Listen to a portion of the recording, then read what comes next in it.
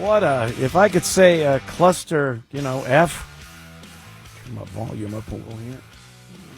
There it is. Yeah, if I could say cluster F, I would. That seems to be what's happening in the world. Wah! Huh, good God, Joel. Yeah, we kind of dipped our toe, didn't we? We dipped our toe into the Middle East situation. And it has completely divvied up everybody on the right. Are you conservative? Are you right-wing? Are you a Republican? Are you MAGA?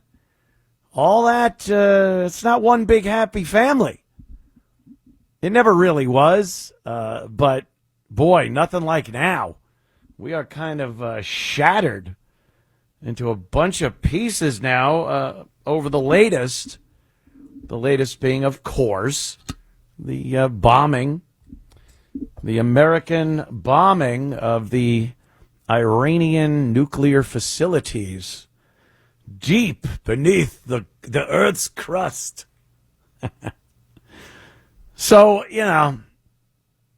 I was just saying on the little recorded segment that plays before I actually come on live that it divvied everybody up.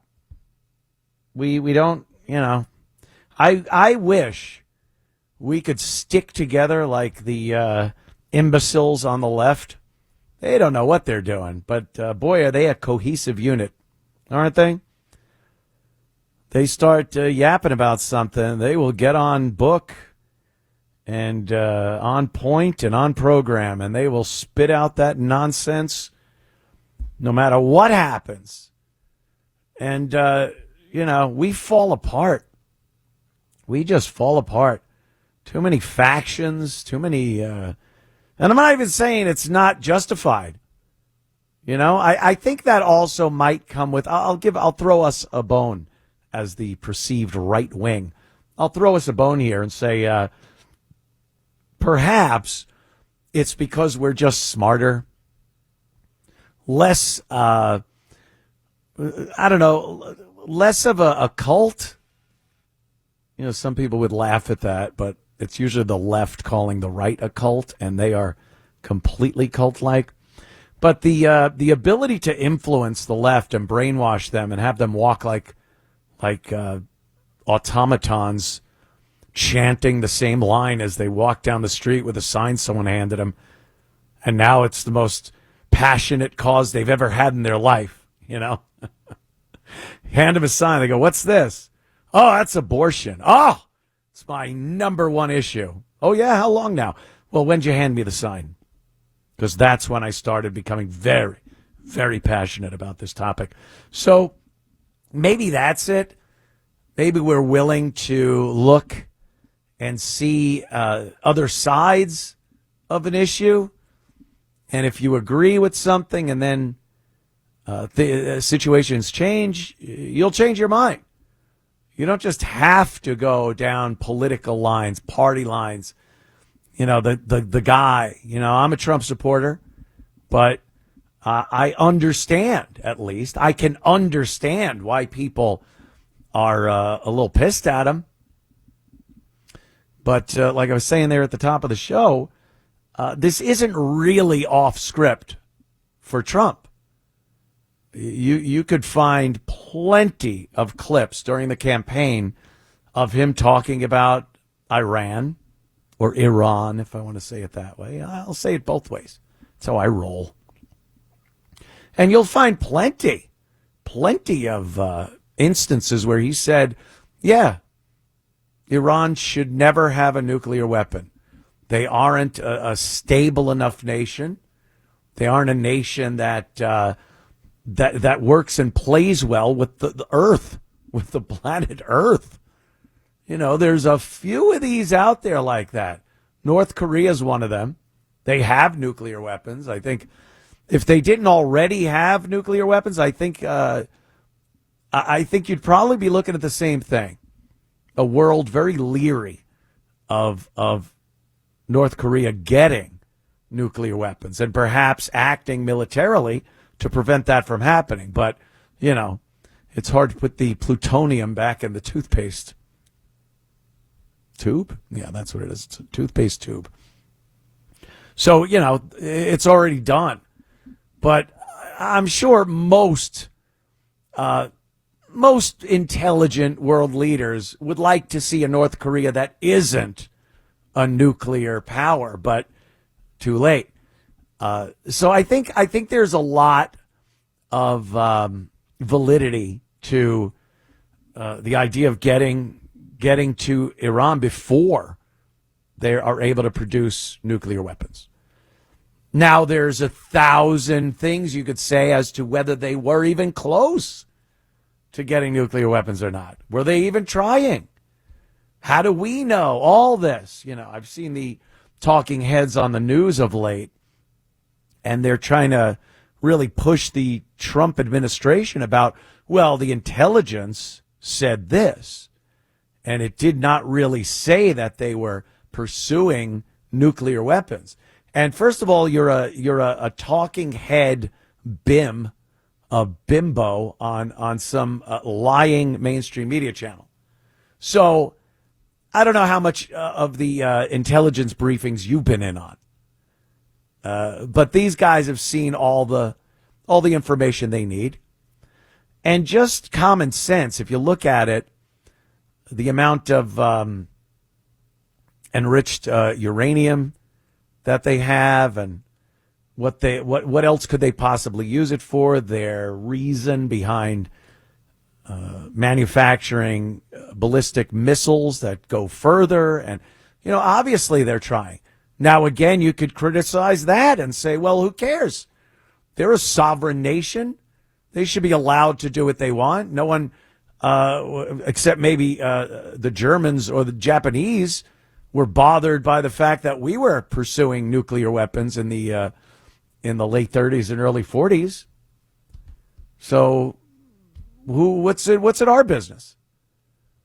And there are nuclear powers around the world that I don't think are very stable. You got India and Pakistan poking at each other constantly, and they apparently both have a lot of nuclear weapons. So is it the stability of the nation? Is it that the nation is acts like they're in the Flintstones and they're primitive and have a culture and religion that isn't quite conducive to, again, working and playing well with others? Maybe that's a good reason. I don't know. But you're really pushing it when you tell a sovereign nation what they should or shouldn't be doing. Gets a little dicey. Yeah, dicey when it comes to that kind of thing. And then, of course, there's the involvement of Israel. This is, I think, the single issue that has the right divided more than anything else. People feel that Israel is in complete control of this country, and Donald Trump, the administration, presidents before Trump, every aspect of our intelligence agencies, the law, the banks, the this, the that, Hollywood. Like there's an amazing amount of people that believe that. And then there's people that don't believe that, and they think, we do what we do. Israel is an ally, and we help each other and work together. And if they're in some kind of a military kerfuffle, if I may be so bold, that we'll step in. But both of those camps are so strong and so unwaveringly opinionated on this that it's made a division that is affecting actual MAGA. Make America Great Again. That whole thing, We're Trump supporters. We believe in America first, and we believe in Make America Great Again. And then why should that involve getting into some other country's issues and problems? And there's a lot of schools of thought to that. Are we in it because Israel told us to be in it?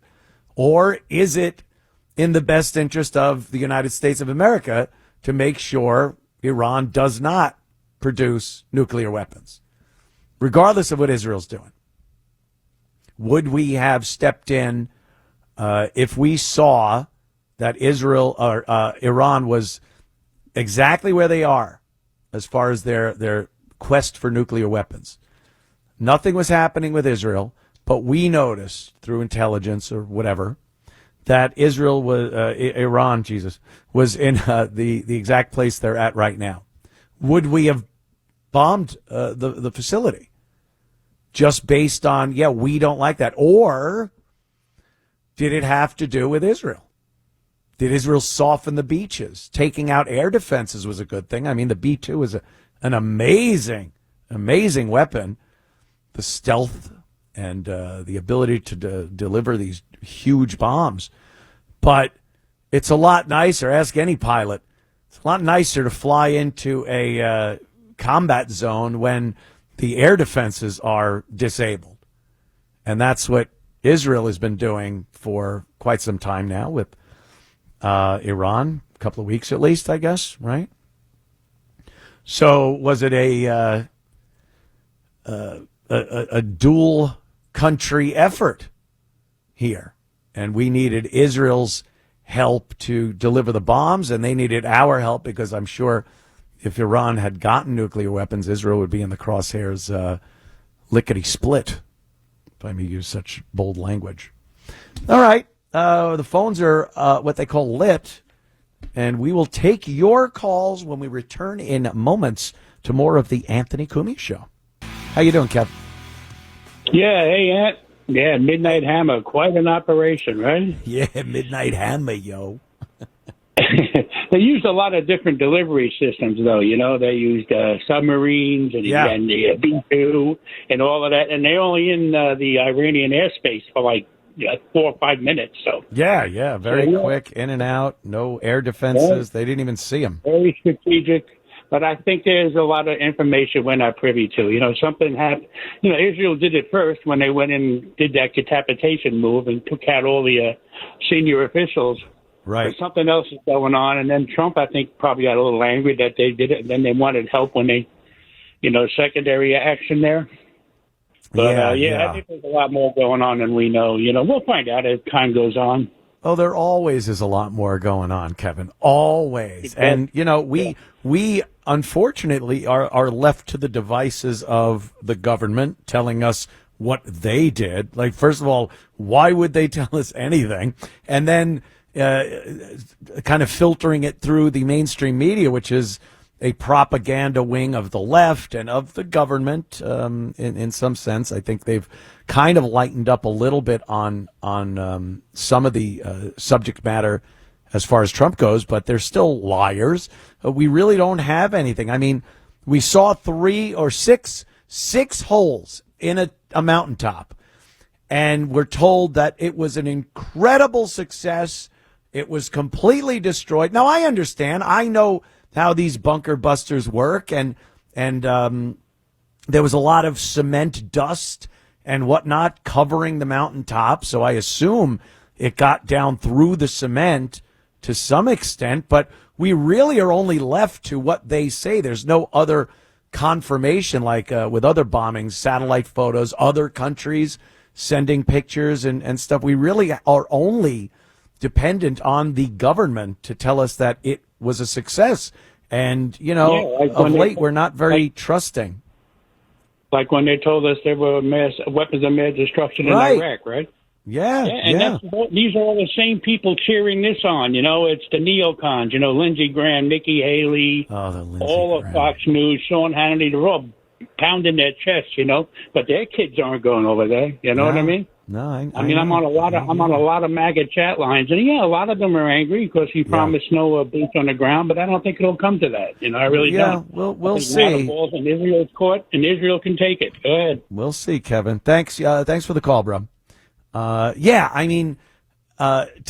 jump the gun and just say he said no foreign wars, no new wars, no boots on the ground, and we're not in that. To say we're not in that right now. Well, does that mean we're not going to be? There's a lot of ifs and what ifs with this whole situation. What about retaliation? If this does happen, we have to respond. What if American soldiers are killed at some overseas bases in the Middle East, which are easily targeted and delivered?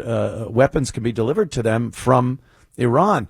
We will have to do something. Obviously, this nuclear facility hit was very, very surgical. It didn't claim the lives of civilians. It wasn't a in a city where people are. It wasn't apartment buildings or a hospital.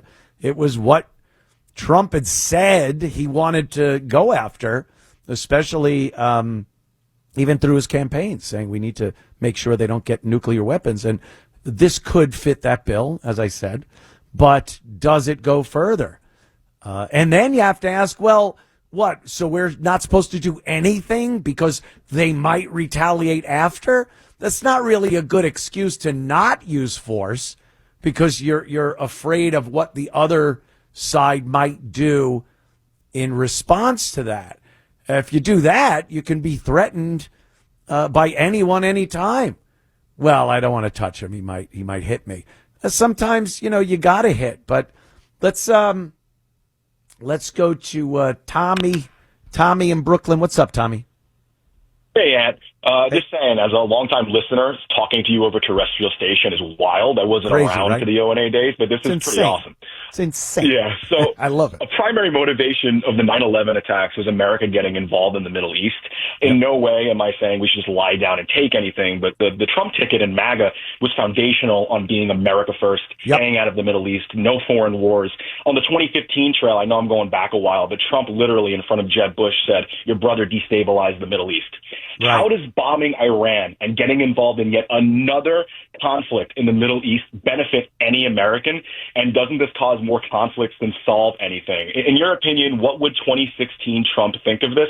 Because as of now, it's dividing the MAGA movement. I don't know if you saw with Tucker Carlson and Ted Cruz, that spat on X, but it's something to watch. And the whole right is crumbling, and I'm not being over dramatic, but I'm punching out, man. Thank you for your time, and thank you for all the laughs, man. No problem, Tommy. And I will say, especially, what would the 2015, the first term Trump think?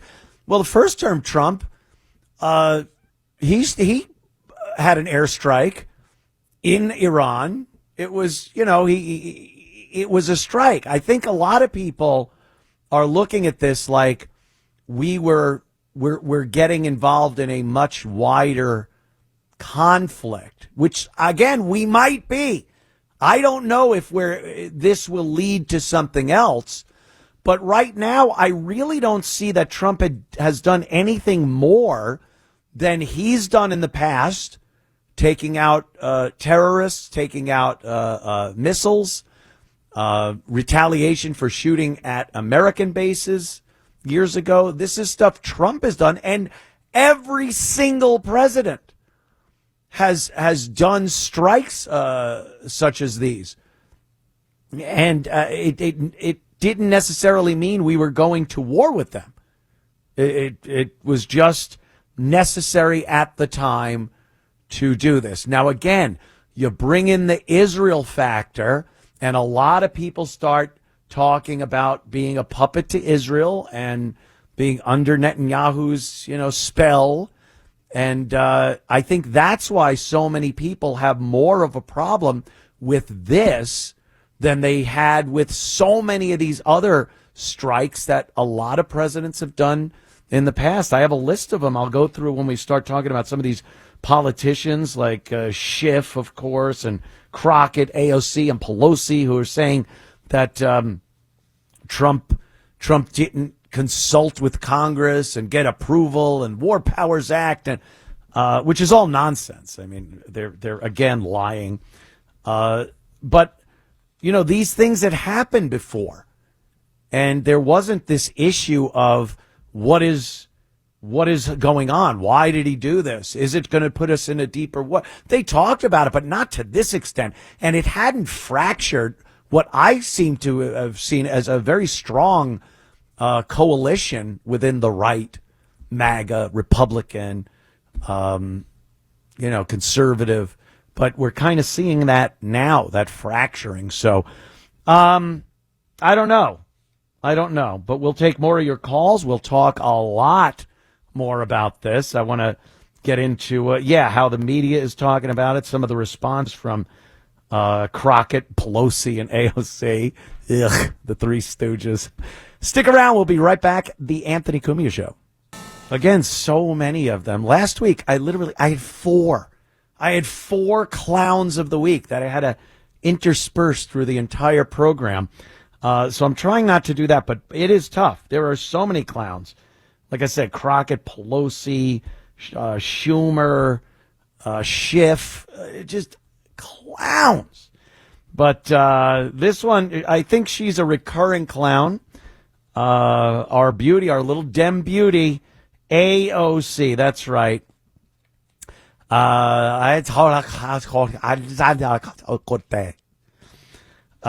Yes, she says that the media needs to be reined in. Now, I don't know what she means by this. You mean the left wing propaganda mainstream media needs to be reined in? But that's all you. You do that. You tell them the lies. They tell you what to say in your briefings and your press conferences. So a little trouble in paradise, AOC? The media not quite doing what you want? Or is it what I suspect it is? Media isn't just CNN and MSNBC and the lot, network news, anymore. Media is everything, including, of course, X and other social media platforms where most people these days get their news. Yes, sirree. So I think that's the type of media AOC is saying needs to be reined in. But here she is talking about it. And again, the way she's talking, you would absolutely believe she was on the other team, on the other side, on the right side of the political spectrum. Let's listen to this little honey. I do think that several members of Congress in some of my discussions have brought up media literacy because that is a part of what happened here. And we're going to have to figure out how we rein in our media environment so that you can't just spew disinformation and misinformation. It's one thing to have differing opinions, but it's another thing entirely to just say things that are false. And so that's something that we're looking into. See, that's the problem. They believe differing opinions is saying something false. It is disinformation and the lovely misinformation. So what is she talking about? It's so hypocritical of them, which of course we've known they've been hypocritical their entire existence, especially people like AOC. That you look at, we love differing opinions. Oh, do you? How come every time a differing opinion is presented to you, you lose your minds? Have you seen these people? Whenever anyone from the media or even the alt media, you get a little guy with his phone and a microphone, and they go to these left-wing protests and they try to speak to these people. Hey, what are you out here for today? That's it. Not even trying to intimidate them or get them riled up. Just, hey, what does your sign say? What are you out here for? Who are you? Screw you. We don't talk to Nazis. All right. I guess you don't want to get your point of view out? You don't want to maybe hear a different opinion about what you're talking about? Show other people how educated you are about the topic you feel that is so important to you that you have to walk the streets with a sign? The second someone comes up to them and asks them What are you doing? What are you out here for? How do you feel? Really, Trump? Nazi? Why? What has he done? So many things. All right, can I hear one thing? Oh, my God, I can't even think. There's so many, I can't even think of one. Well, give me one. It's not my job to come out here and educate you. I've heard that one so many times. So what's your take on this? It's not my job to educate you. Well, it kind of is. It kind of is. If you're grabbing a sign, putting a slogan on it that is contrary to what I believe in, and you want the public to see your take on one of these issues, and I come up to you and go, what are you protesting for? It is your job to educate me on what you're protesting. Maybe even if you feel it isn't your job per se, I would think these people would love to enlighten the people that don't understand their position or have a differing opinion to their position. Wouldn't you just spout it out? Really? You want to know what I'm here for? Wham! And you just go, and the person's left dazed. Got those little cartoon birds flying around their head. But they just get defensive, and they run away because they do not want differing opinions like AOC says. They want what they believe in, and they go to violence if you have a differing opinion. I've seen so many of these guys hit with things. They've been smashed in the face. Their equipment's been broken. They don't want them to photograph them in a public arena. If you're so proud of your cause, why wouldn't you put your face out there? But no, they don't want differing opinions, AOC. And the media, the misinformation and disinformation she's talking about, that is the mainstream media mostly. But alt media has their two teams. I get it. But what were you suggesting? Some type of regulation? We don't like that. I love the way that alt media, whatever, I think that's a passé term at this point, but because it's all of us. We contribute to how people get their news. Everyone. You see something stupid that you know is moronic, it doesn't matter who wrote it. You soak that in and assess that with all the other stuff that you've soaked in from your morning read of various social media, and you put together what you believe is accurate. That's kind of how it all operates. But she don't want that. And I think she's hinting, and good luck with it, that maybe some regulation. They pop up with this every so often. The left. The right really doesn't do it. I mean, they really kind of like the idea that the word gets out. Because the more the left says, and the more people they say it in front of, the dumber they look. It's without question. And I think that's why they try to curtail their little army of protesters and people from talking. You'll see at these same protests, when you ask them questions, some person that is dubbed an authority figure, they got the orange vest on, they'll come over and pull the people away. Pull the person away. Don't talk to them. Don't talk to them. And leave the guy with the mic stand. They're going, why are you telling this person they can't speak? You're the one infringing on their freedom of speech. But they're, like I said before, they're such puppets and such automatons and such cult members that they can be told, don't talk to that person. And I think more importantly than don't talk to that person is don't listen to that person. Again, these idiots are very malleable, very easily manipulated. And if they think someone might be making some sense, their head will explode. So maybe it's for their own safety that the leaders of some of these protests drag them away. Matt from the Bronx. Oh, I can't get to it. There's a continue thing up there. You got to click that continue thing back at Mission Control. There it is. Matt, how you doing, bro? Hey, Anthony, how are you? That's good. That's good. So basically, with regard to Iran and Israel, I can't agree more with the earlier caller when he said that the neoconservatives have been backing Iran action against Iran even before 9/11. And with that said, I frequently mention it. I think it's even more apropos now. Yeah. The culture of critique by Dr. Kevin McDonald goes into neoconservatism as a leftist movement, by the way. Right. It's just like feminism, it's just like communism. It's a left-wing movement, and it's a heresy against conservative Americans to even follow neoconservatism for two reasons. Number one, it originates on the left, and number two, it is a treasonous movement. Why is that? Why I say that?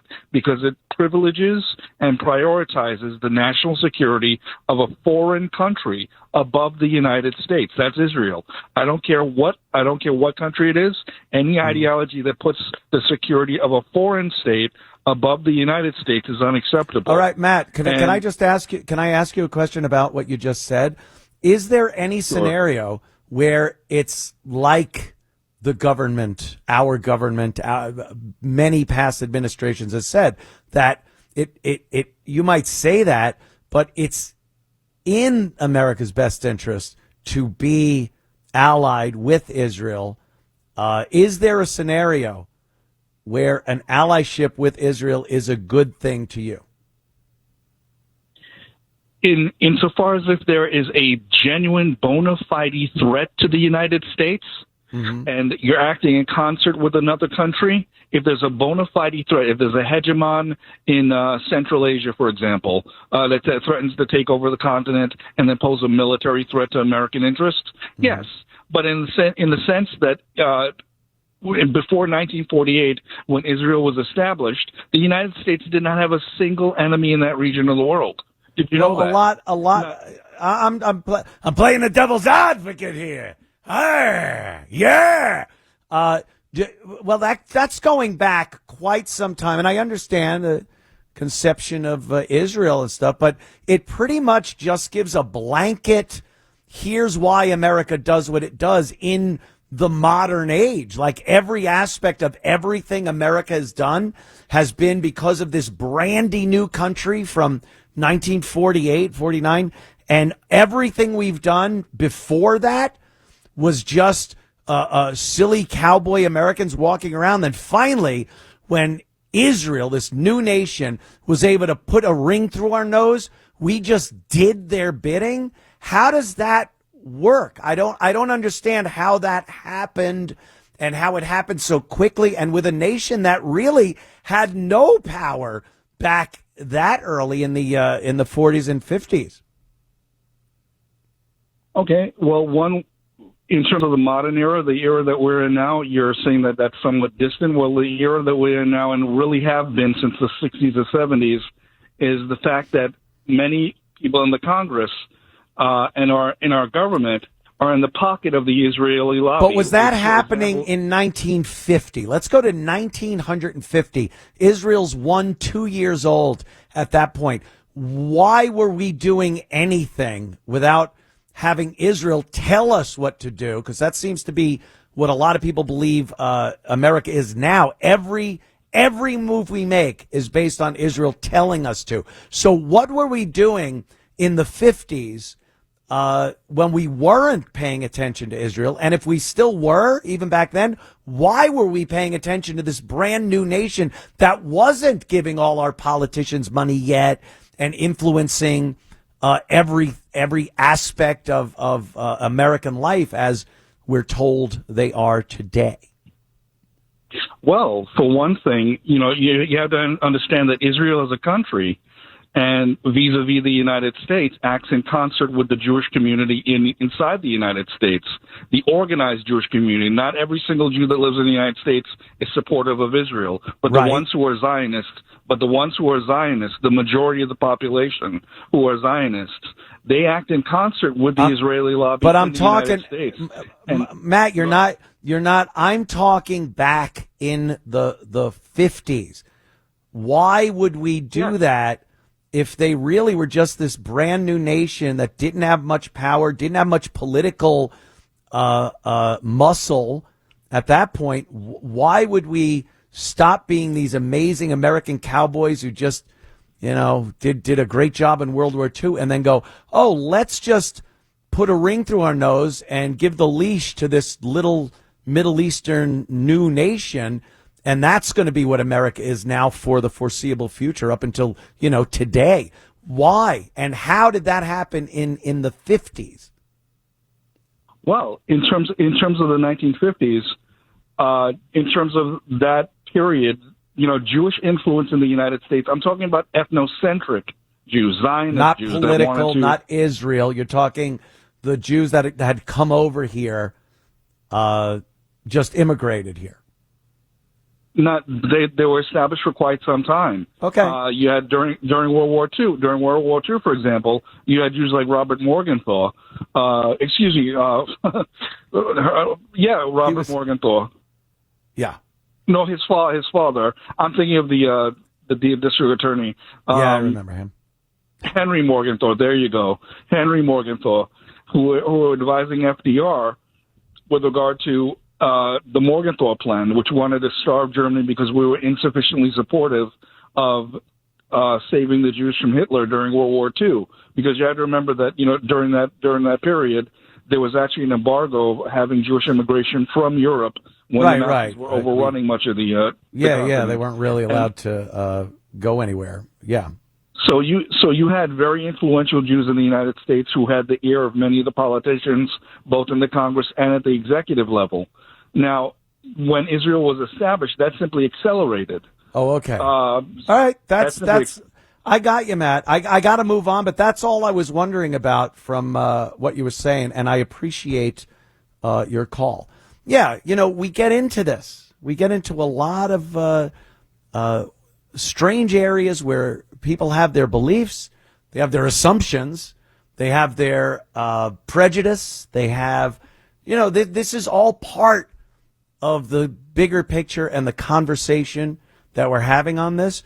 And again, I've said things that I swear to you, the same exact thing I've said, posted in one spot, has gotten me called a rabid anti-Semite and a Zionist puppet to the Israeli regime.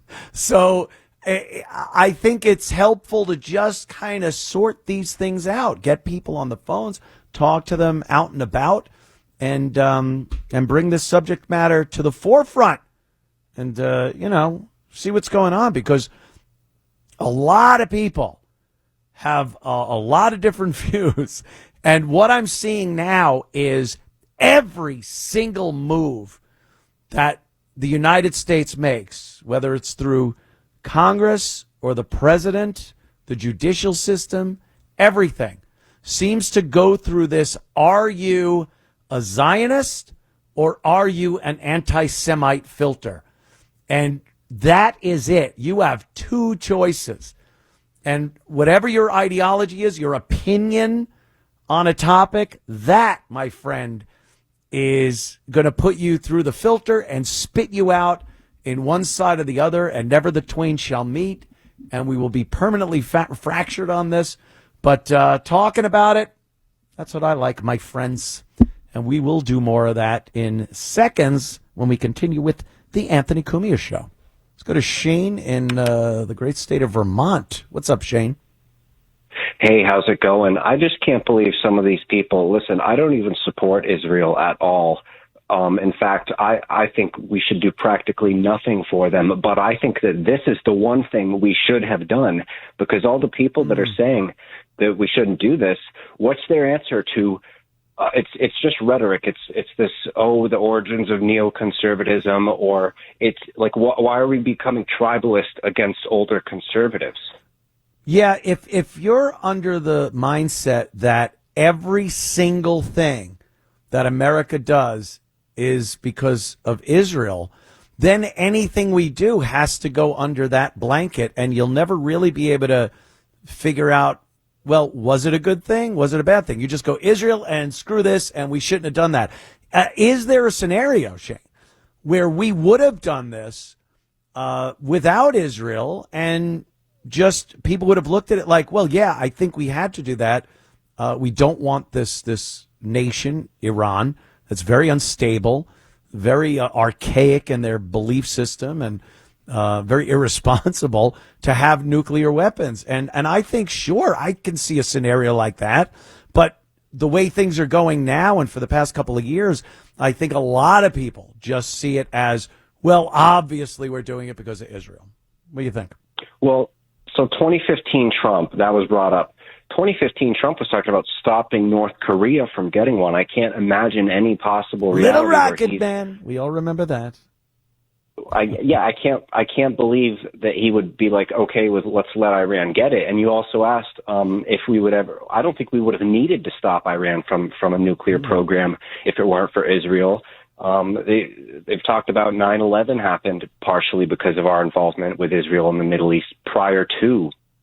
See, I don't know about that, though. I see it more like we wouldn't have had to deal with Iran if it wasn't for some of the past administrations. I mean, Obama they pretty much handed them the keys to a nuclear facility. Biden didn't help either. I mean, the fact that Obama handed over those pallets of cash, and then the nuclear deal where the inspectors would go in, nothing was being inspected. Stop. How did they build that mountain facility even in the time that they were inspecting? They would have had to have started building that. They were being deceptive the whole time, and I think everyone knew that. So I think past administrations have a lot of responsibility in why that had to be done yesterday, but I'm sure everyone can cover it with that Israeli blanket. Sure. By the way, I just wanted to say I saw Voss on Gutfeld the other night, and somebody needs to tell him it's not October Sabbath. Oh, no. It's what did October he say? 7th. Did he say October Sabbath? He's an idiot. Thanks, Shane. October Sabbath, okay? Let me tell you, people, I'm a Jew. He has tattoos. Isn't that verboten? I hate to use that language. I'm talking about that, but I don't know. I've seen other people say that Israelis, not Israelis, American Jews can get tattoos. They don't really care that much. But let me see. What do we got here? We could probably take one more call before we have to take a quick break. Mr. Ray in Brooklyn, how are you, my friend? Wow, Anthony, good evening. It's such a pleasure to reach you. Your opening segments are always great. I tried to reach you last week. Bay Ridge Ray here. Bay Ridge, I lived there, my friend. I was right there by the water. I know. I'm closer to your age, if not a little older, but I was digging on that last week when you spoke about it. I caught every show since you started with ABC. What I wanted to mention was, aside from swerving away from international, exactly, but why can't the Democrats realize they sound like the mullahs? I mean, especially this head of the Federal Reserve. I mean, how could they diss our president and actually think about impeachment? What is going on? Are they transhuman? Do they ever step back from themselves and hear the way they sound? You know what I'm talking? I'll tell you, Ray.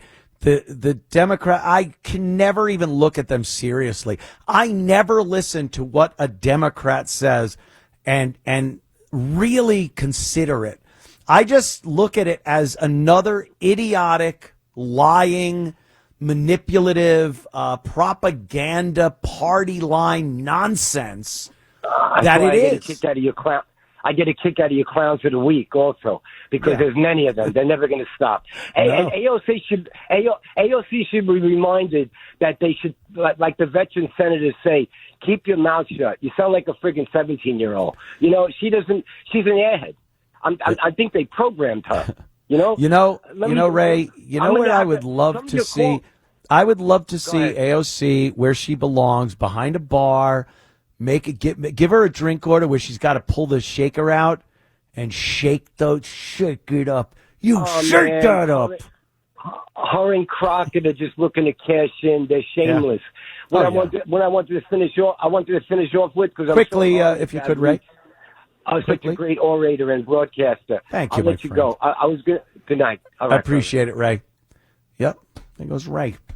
Yeah, I mean, I don't look at Democrats, politicians especially, and give them any consideration. I think they have. They're too team oriented. I don't consider anything they say as fact. I don't think we want to do that. I don't think we want to do that. I don't care if Iran is great. I doubt they can be made great. Didn't we try that with Iraq? Didn't we try that? Remember the people of Iraq are going to come up to the American soldiers with flowers and thanking them for the democracy we are bestowing them with. Yeah, it don't work. We know, like, supposedly democracy or a constitutional republic. These are great ways to live your life under these types of governments. I don't think they know this. I don't think they have a clue, and I don't think they really want it. But we always have this idea that we could just pop up these pop-up democracies in the Middle East. They've been living like cavemen for quite some time. I know Tehran looks great, Tehran is a real city. It's got buildings and everything. Before that whole kerfuffle in 1979 with the hostage crisis and before the exile of the Shah of Iran, there was a lot of Western culture in Iran. Girls wore miniskirts, for God's sake. Ooh, yeah. And after the past 40 some odd years, whatever it's been, 50 years, I don't think they want it.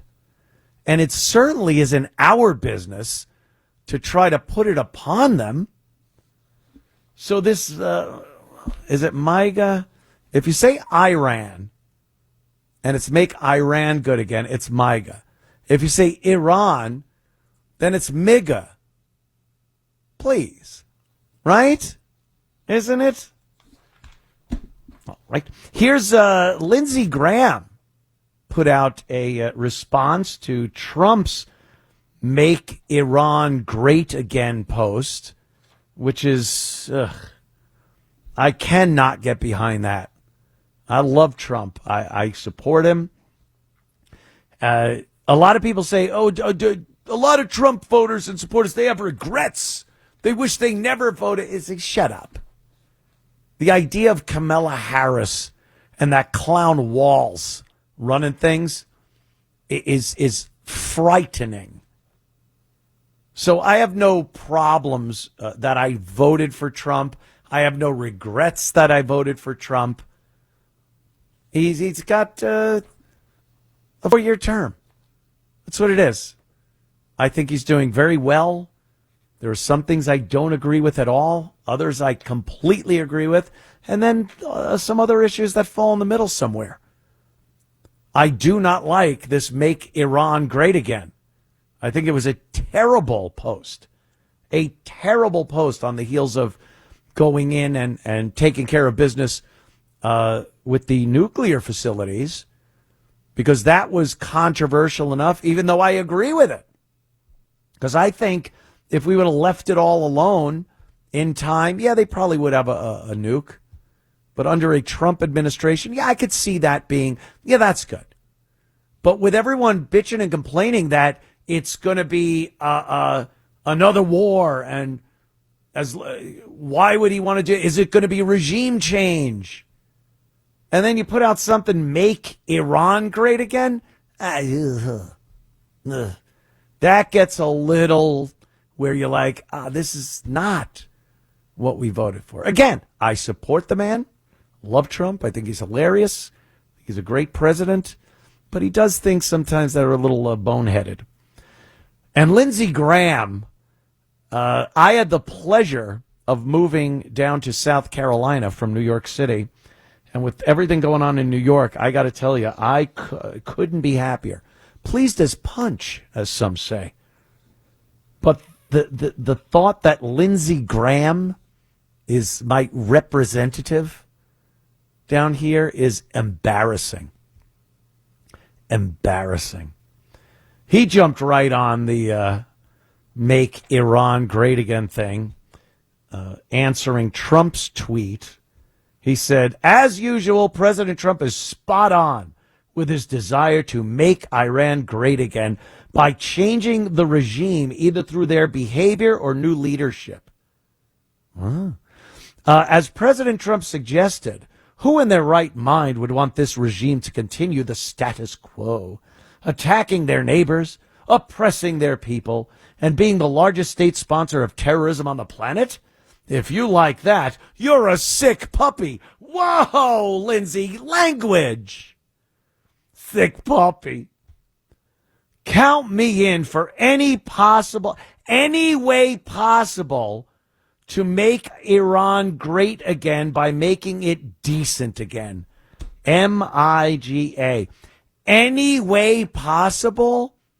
Is this the way an American politician should be talking about making Iran great again by any way possible? You know what that includes? Yeah. American soldiers marching on Iranian soil getting killed because Lindsey Graham wants to make Iran great again? Bastard. I hate this guy. He'll keep winning, though. Like Schumer keeps winning up in New York, Graham keeps winning down here in South Kakalaki because people are stupid. Because people are stupid. No matter where you go, there you are, and people are stupid. I would love to see this guy get primaried. Never. Never.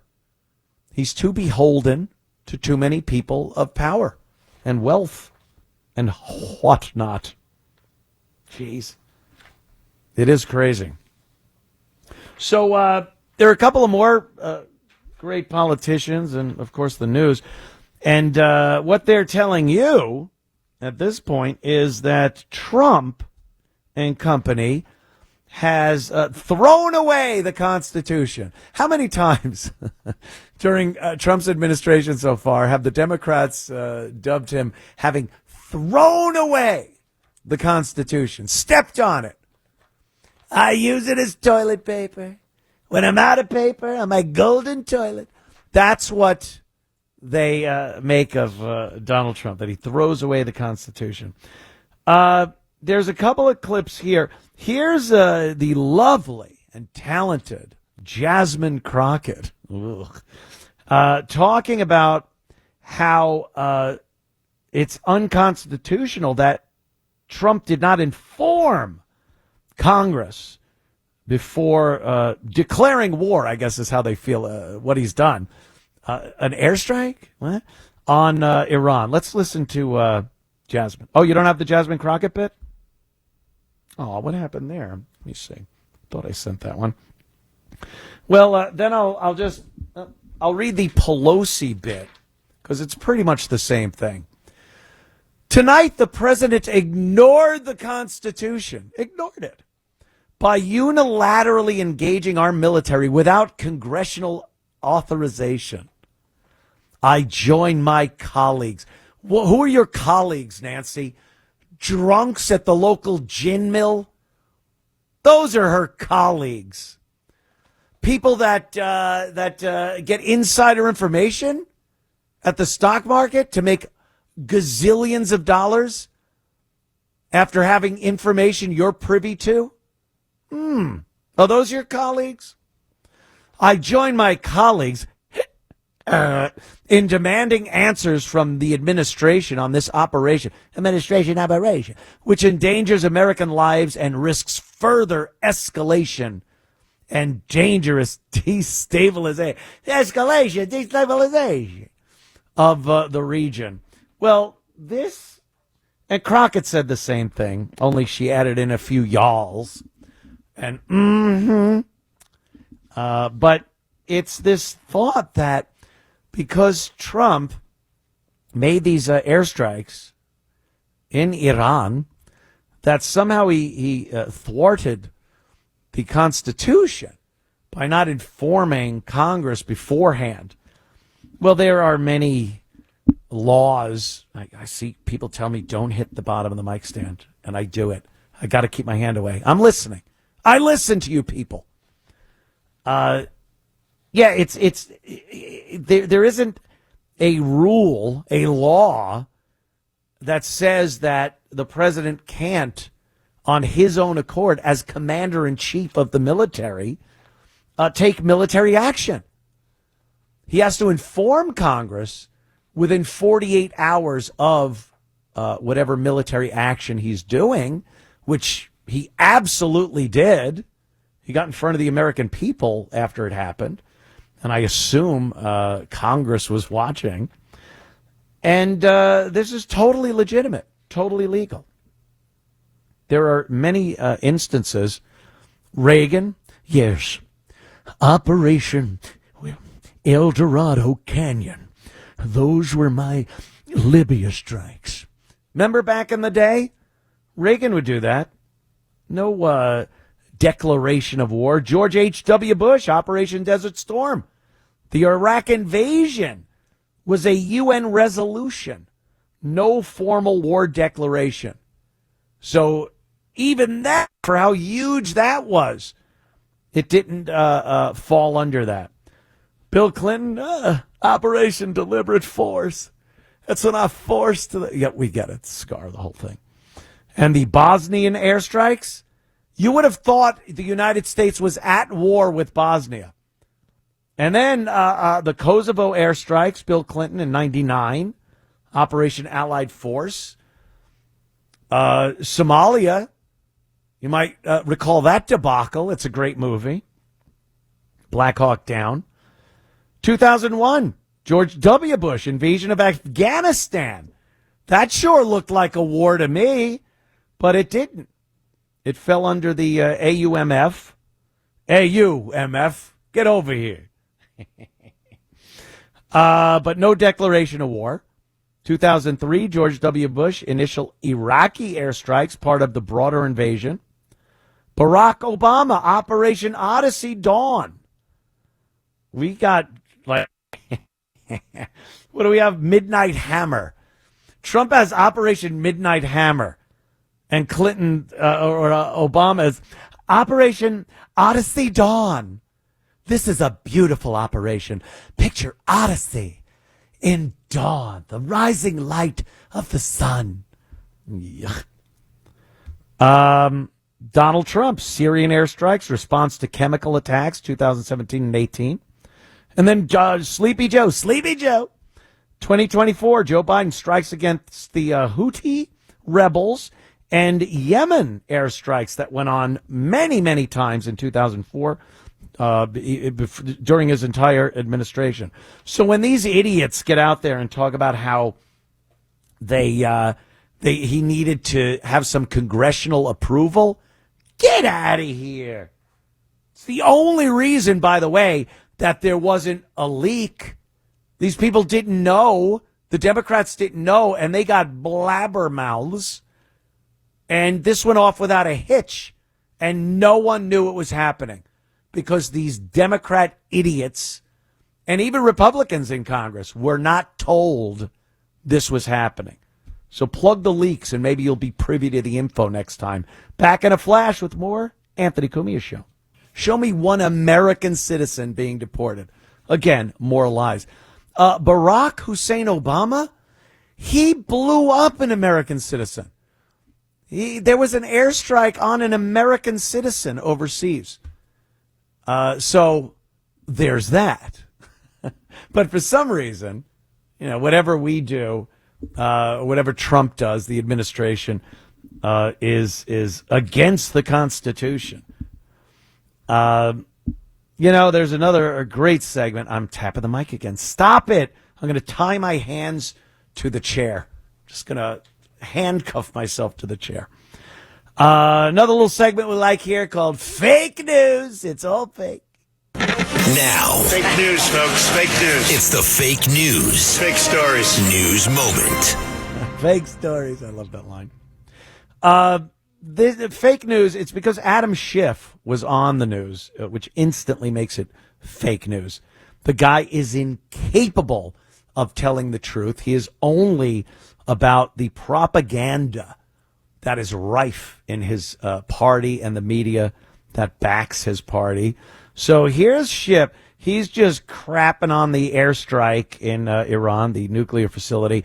And, you can tell. I don't have to tell anybody. I don't have to convince anybody. The only reason he's doing this is purely political. If for some reason Sleepy Joe Biden had decided, or whoever was running the strings and the auto pen, that the Iranian nuclear facility needed to be bombed, the same thing could have happened. And Adam Schiff would have been the cheerleader, the little, short, fat, ugly cheerleader. And he'd have loved this. But it's Trump, so for pure political reasons, this again is unconstitutional and terrible. Let's listen to little, tiny, fat Adam Schiff. First of all, Casey, I want to express my gratitude that the pilots are all out safely and acknowledge the skill, the bravery, and the professionalism of all the military forces that were engaged in this military operation. But it's not an operation that should have ever been authorized by the president in the absence of intelligence showing that Iran had made the decision to break out and build a bomb. The intelligence I've seen, and it's been limited, indicates that Iran had certainly enriched uranium but had not made the decision to build a bomb or pursue the mechanism of a bomb. And in the absence of that, this is not a strike that should have been ordered. In watching Hegseth during that press conference this morning, we saw a lot of arrogance from the defense secretary. Yeah. And as wars in the Middle East have demonstrated, arrogance is a deadly commodity. We simply don't know what is going to occur now, whether Iran will retaliate, whether Iran was able to evacuate some of the enriched material from Fordo. There were commercial satellite images of trucks lined up at Fordo and leaving Fordo in the days preceding the strike. So a lot of questions, including the risk to American service members. In terms of, is there anything positive to come out of it?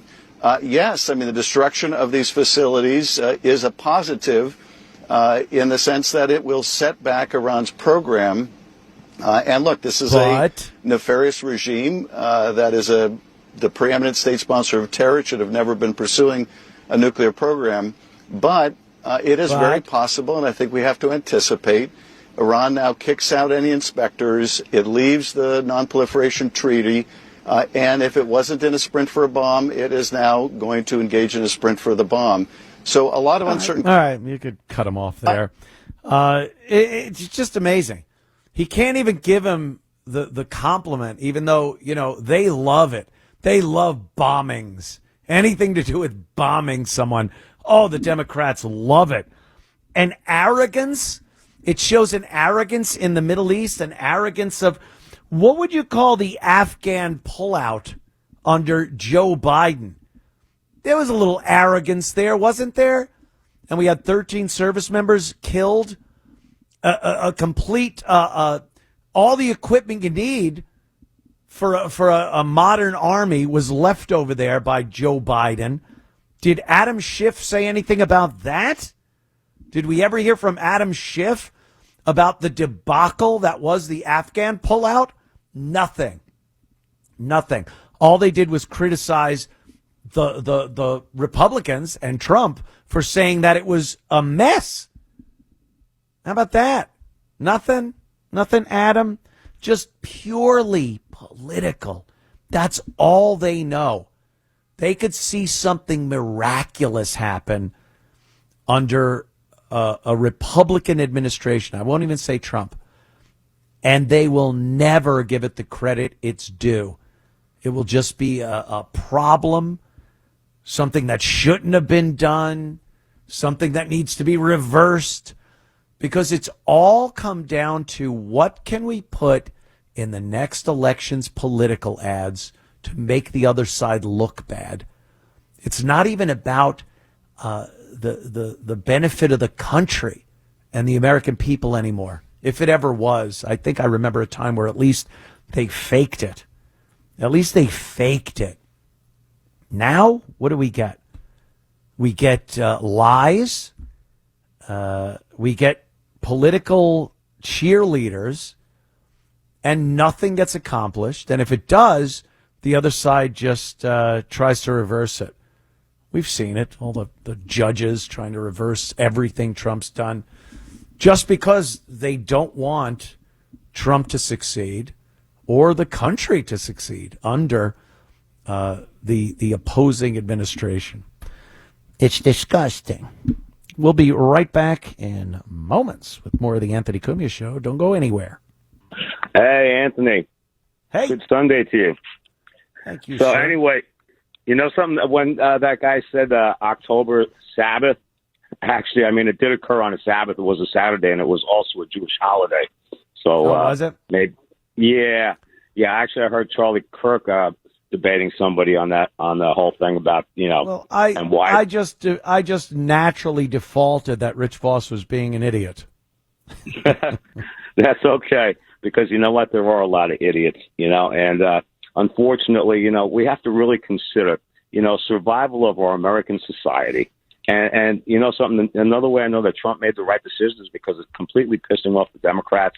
And for some reason, and you really look at it, everything that they do is against the sovereignty of this nation. That really right now, to see what's going on in our country, we have to start to understand that there's a globalist agenda that wants to surrender our sovereignty in this country, to the globalist agenda, and they don't care about America first.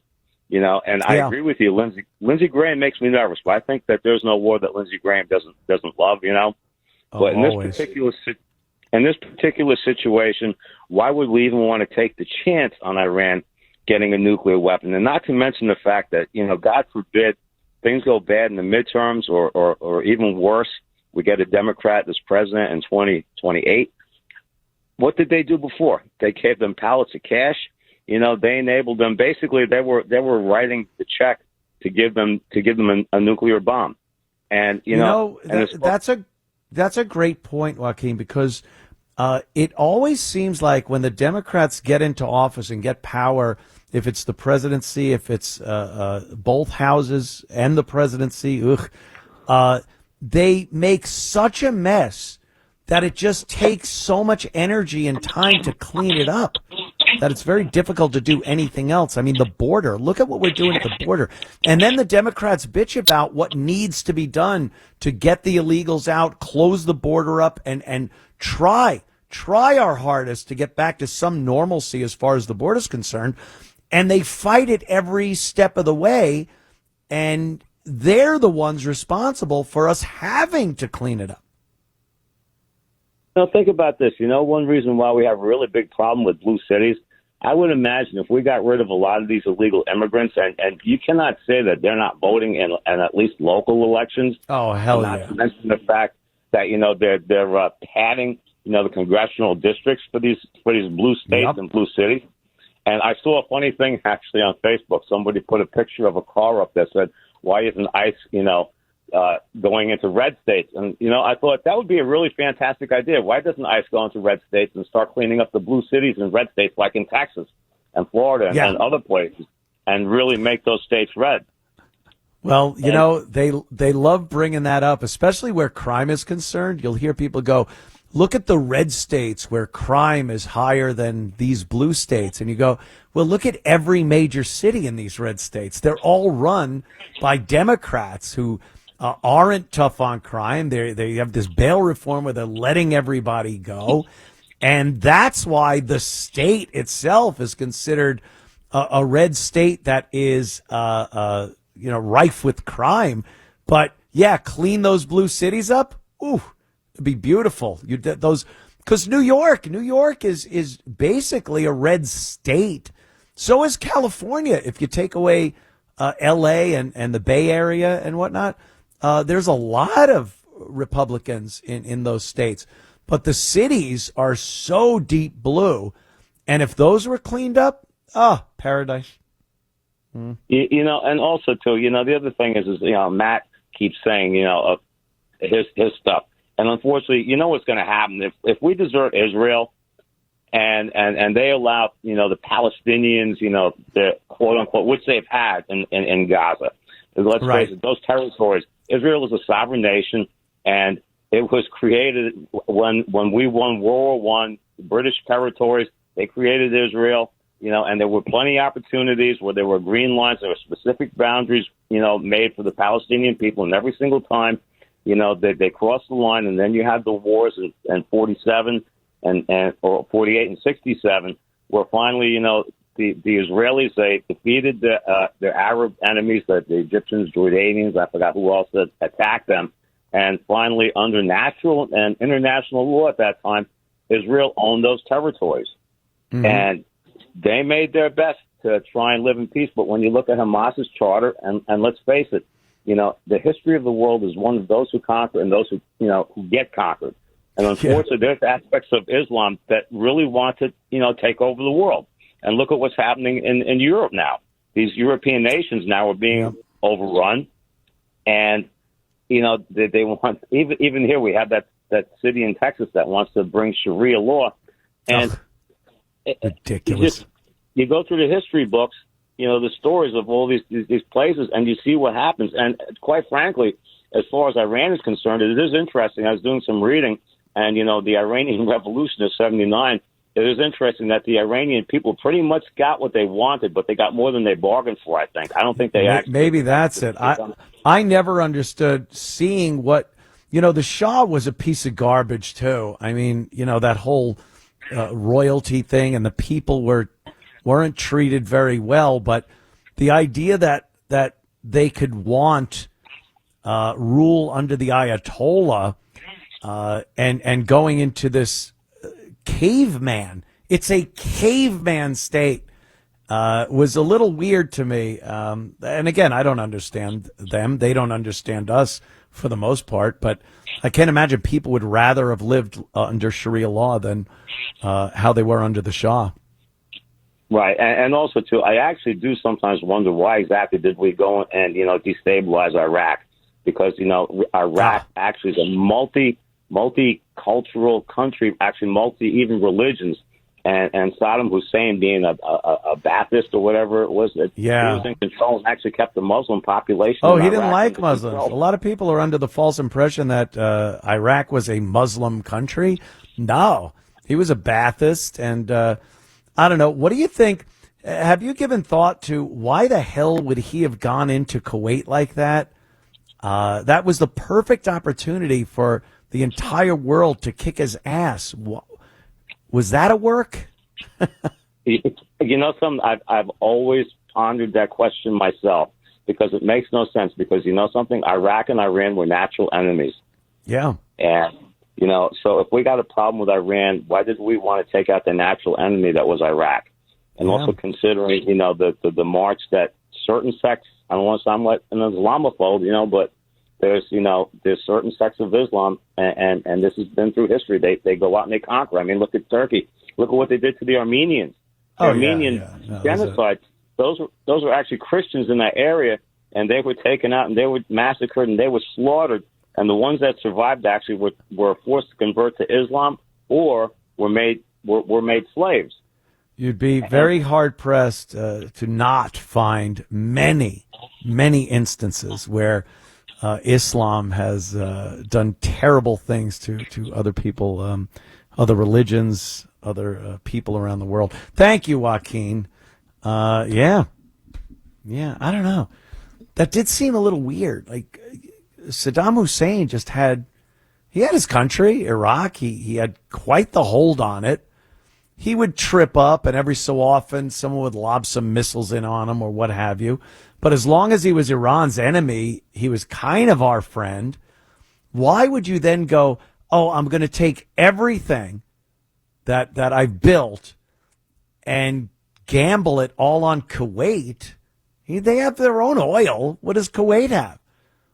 And that was like the go-ahead for the entire world to go, yeah, let's just go in there and get Saddam Hussein out of power.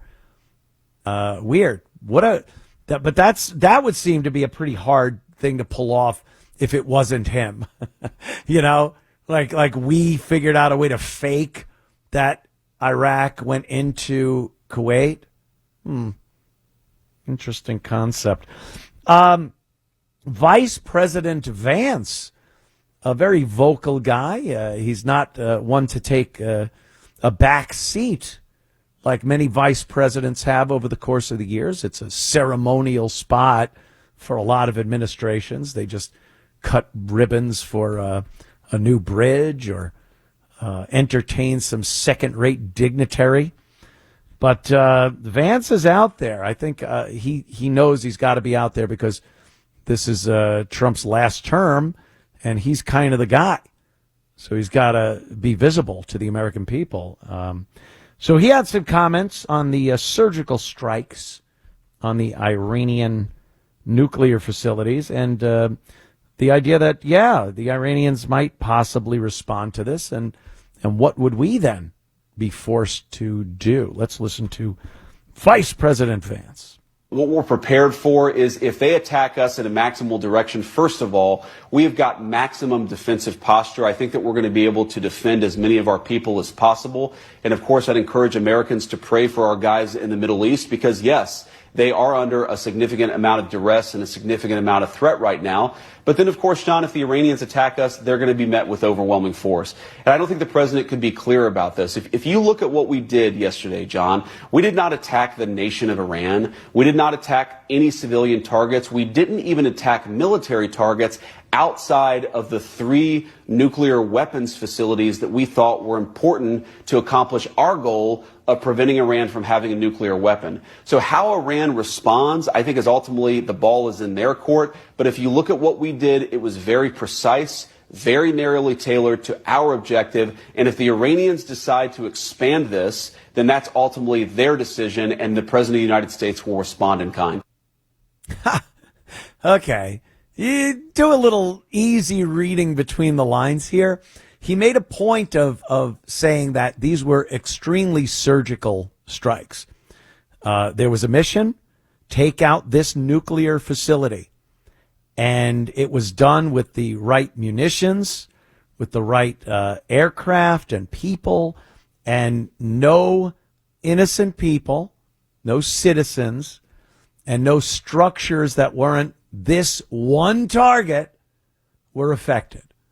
And he made a point of saying that and then goes, no, now let's see how Iran responds to our amazingly surgical and harmless on anyone else in Iran. We didn't attack Iranians. We did.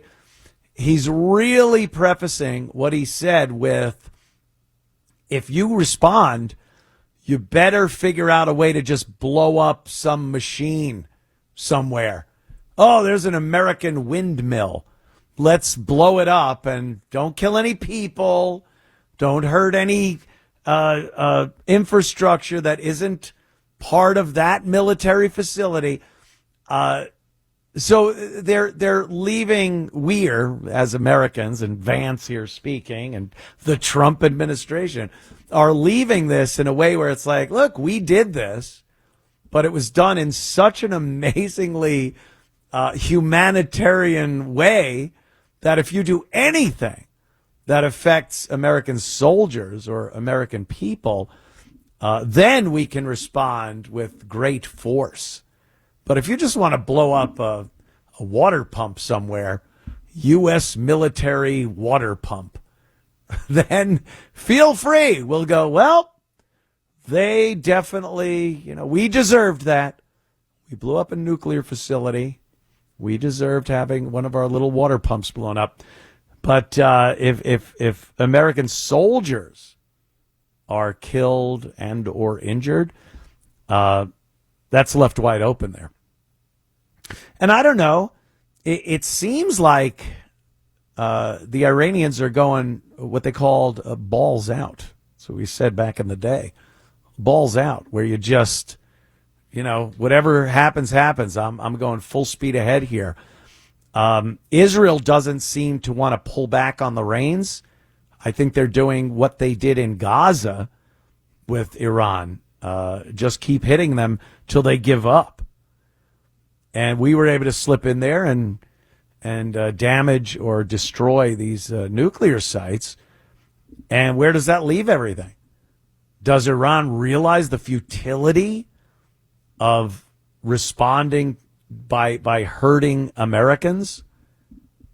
And do they understand that that would cost them greatly? Or do they go, this is who we are, Allahu Akbar, and go crazy? And, who cares? We're out for blood. So I guess we'll probably see that within the next few days. I can't imagine Iraq wants to keep getting pounded by Israel and not utilize all of their weaponry. But if they choose America, whether you agree with it or not, there's going to be hell to pay there. And then it's not so much, well, stay out of foreign wars. Why are we doing this? Trump said, because then it's, well, Americans are killed. We didn't kill any of that. We just hit a facility. But they killed Americans. And that pretty much, over the course of history anyway, has given America carte blanche to just destroy. And Americans have kind of liked that in a weird way. Maybe liked isn't the right word, but understood it. And we've gotten behind it. We're in a different place now where every single military action isn't embraced by the American people like it used to be. And I think it, full circle from to the beginning of the show, I think it has a lot to do with Israel and this mindset in a large portion, larger than I think people would like to think, of Americans that feel that the United States is under some kind of power from Israel and is doing Israel's bidding. And that's why people aren't so quick to celebrate an American, what's perceived as a victory with these bombs. Who knows what the effect was? But hey, the guys got back in the beautiful B-2 bombers. The mission seemed to go off without a hitch. And normally Americans in general would be pretty proud of that and pretty flag waving. But I think it's this whole thing that's going on now where it doesn't matter what America does. It doesn't matter if it was good or it wasn't, or it was successful, or how the administration was behind us. And it's just, oh, we did that because of Israel? Well, screw that. I'm not waving the American flag. I'm America first. But I'm not waving the flag because I don't think this was America first. So we're in this weird, fractured kind of environment with the American people.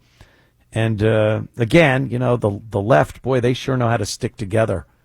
They stick together like glue. They get their marching orders. They don't criticize each other or anything. Republicans, boy, the second we get a little group together, we just start taking swings at each other. It's crazy. I don't know. We'll see. I mean, I can't imagine Iran won't respond. They have to even look, maybe to save face. They did that a few times. Remember a few years back? They tried to save face by bombing something, people that weren't there, some missile sites.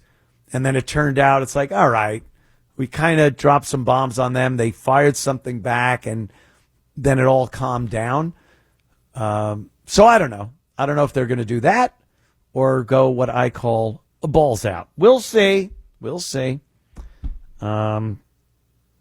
we're just citizens, Americans watching this unfold with absolutely no accurate news on what is happening.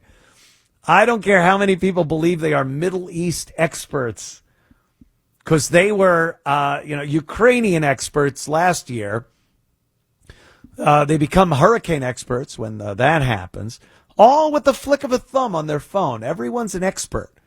So I don't care what anyone's saying. We really don't know what's beneath those 6 holes in a mountain in Iran and what the true motivation of these maneuvers are. So hopefully we see. Hopefully it doesn't take 50, 60 years. I'd like to know what it is. And we'll come back. More of your calls and more of the Anthony Cumia Show in moments. What is going on this Sunday evening? Well, I always like your openings always kind of get me started, and I love that Open big, Susan. You got to open big and close big. That's showbiz. Anyway. Well, you know what? I think you are showbiz. I think you definitely have some substance, and I like your vibe.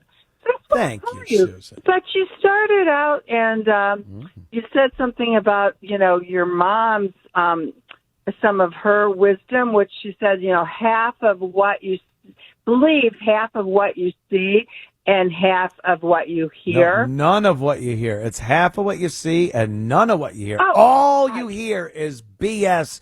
And even when you see something, only half of it is true. It means there's a lot of crap going on out there, Susan. Oh, I love that because I got it mixed up. Half of, yeah. So what was it? Half of what you see and none of what you hear. Right. So let's just say a cop better. is standing in front of you with his pen and he's moving it back and forth in front of your eyes. Believe half of that. And then when he says you're under arrest for DUI, don't believe any of that. That's all I'm trying to say, Susan. Don't have to worry about that one. But, and I think, just like to frame that whole thing is how we all feel right now. Yes. We just don't know what we don't know because we've been lied to so much. That's exactly it. We don't know what we don't know. Words of wisdom. No, but you know what? Listen, remember when, Biden's had that letter from 40 of our intelligence agents signed that there was no such thing as the Hunter Biden laptop and that was Russian information? Yeah. Was that a lie? A bunch of intelligence people, the FBI, all of them, and it turned out to be absolutely a lie.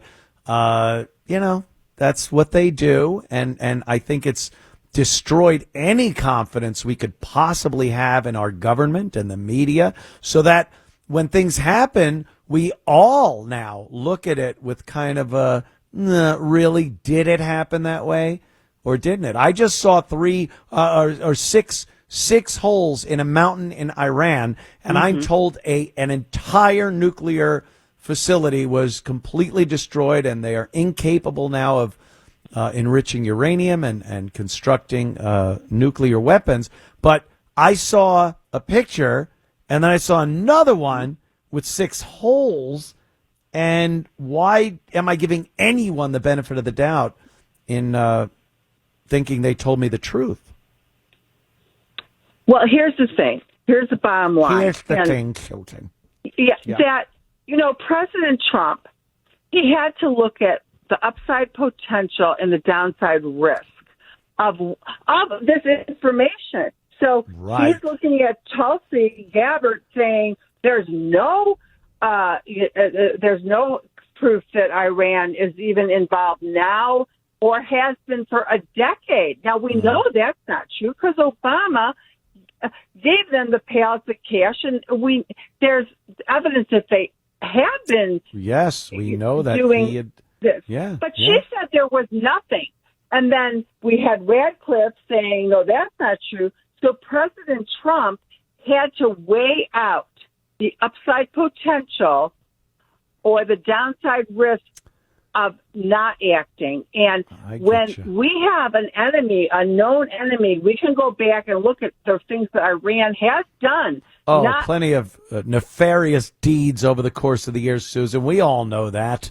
We all know that. So why should we say, no, this isn't speculation. This is proof that these mullahs are, that they have done and they keep saying that they will do. So he had to take action. I get you, Susan. Let's just risk of blowing up everybody. I got you. Let's just leave on this. They're a bunch of Mueller effers, aren't they? Thank you, Susan. Thank you. She'll go away and tell that to her friends at the bar. Susan. You love her. Oh, my God. So the Iranian parliament voted. So they still do things like that? They vote on things? To close off the Strait of Hormuz. This has been, the Straits of Hormuz have just been a nightmare over the course of the years. It's this little tiny bend in the water that needs to be open all the time. Like everything goes through that. Open it up. Chop off some countries over there and make it bigger. So their latest thing is that they are going to close down the Straits of Hormuz, and who knows what that'll lead to. That could be one of the repercussions for this. But now you're screwing with the entire world. The entire globe utilizes the Straits of Hormuz for oil and other goods. So we'll see how they do as far as that goes. And how are you going to enforce that? A naval blockade with your little speedboats? You'll be gone in a second. So I don't think they have the muscle. We got to hit them when we still have the muscle. We'll take another call, and then we'll move on to a couple of other things this hour that have made me chuckle over the course of the previous week. I think let's go to Greg. What has Greg got here? Hey, Greg in Jersey. Where are you? Jersey? Yeah. How are you doing? Good, long man. time, first time since the 90s. Quack, quack. Oh, thank you for the call. Quack, quack. Back when the drummer first got one arm. What do you got there, Greg?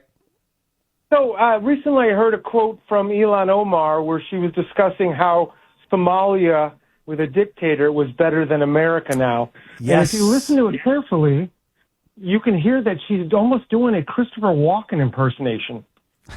And I know how great you are, impersonation. She's a walking impersonation of somebody that should not be in charge of any city, town. She shouldn't be a dog catcher in this country. And somehow, through, again, a lot of DEI, a lot of these Democrat policies that have carved out these enclaves of immigrants that want nothing to do with the way this country works and its past ideology, principles, ethics, laws. They just came in, took over Minnesota, which is odd to me. It's cold, like the opposite of Somalia. Hot. You got like freezing cold Minnesota, and then they just they have no concept of what this country is, what it's about, what we as Americans want in a nation, and she's a mess. I can't stand that one. She's on the top of my list of people that just should not be governing. And they only vote based off of, they're going to get what they want, and that's how it is, and they're going to have their own city or community. And it's amazing, a foothold, amazing right? world. You ever see how like a siege works or how battles work? You get a foothold, and you're able to reinforce that, and it gives you like a beachhead or anything that gives you an area where you can move people and equipment into without being attacked. And then you can spread out from there. It's so common and so obvious when you look at it in that respect of war and a siege and a battle. That's what they've done in a lot of these places. They make these little enclaves of people that want nothing to do with acting like Americans in the United States, and then they're able to spread out. And what do we have? We have a community up there that despises America, that's led by these people that have no loyalty to this country. They're loyal to the country that they left, that they said was so terrible. So it's all garbage. Amazing. That's why the Minnesota Vikings will never win a Super Bowl. Hopefully not. Hopefully not. Get them out of there. Thank you. You are the best. Thanks, man. Yeah. Oh, I remember when I was governor, there weren't shenanigans like that going on. I don't have time to bleed. Remember the governor? No, that was Arnold in California. I was a governor, a fighter, a Navy SEAL. Thank you for your service. Ilhan Omar has no part of this. What happened? We thought he was bad. Oh, my God. Some other things going on besides the big war. Vance, of course, Vice President Vance. This Alex Padilla guy.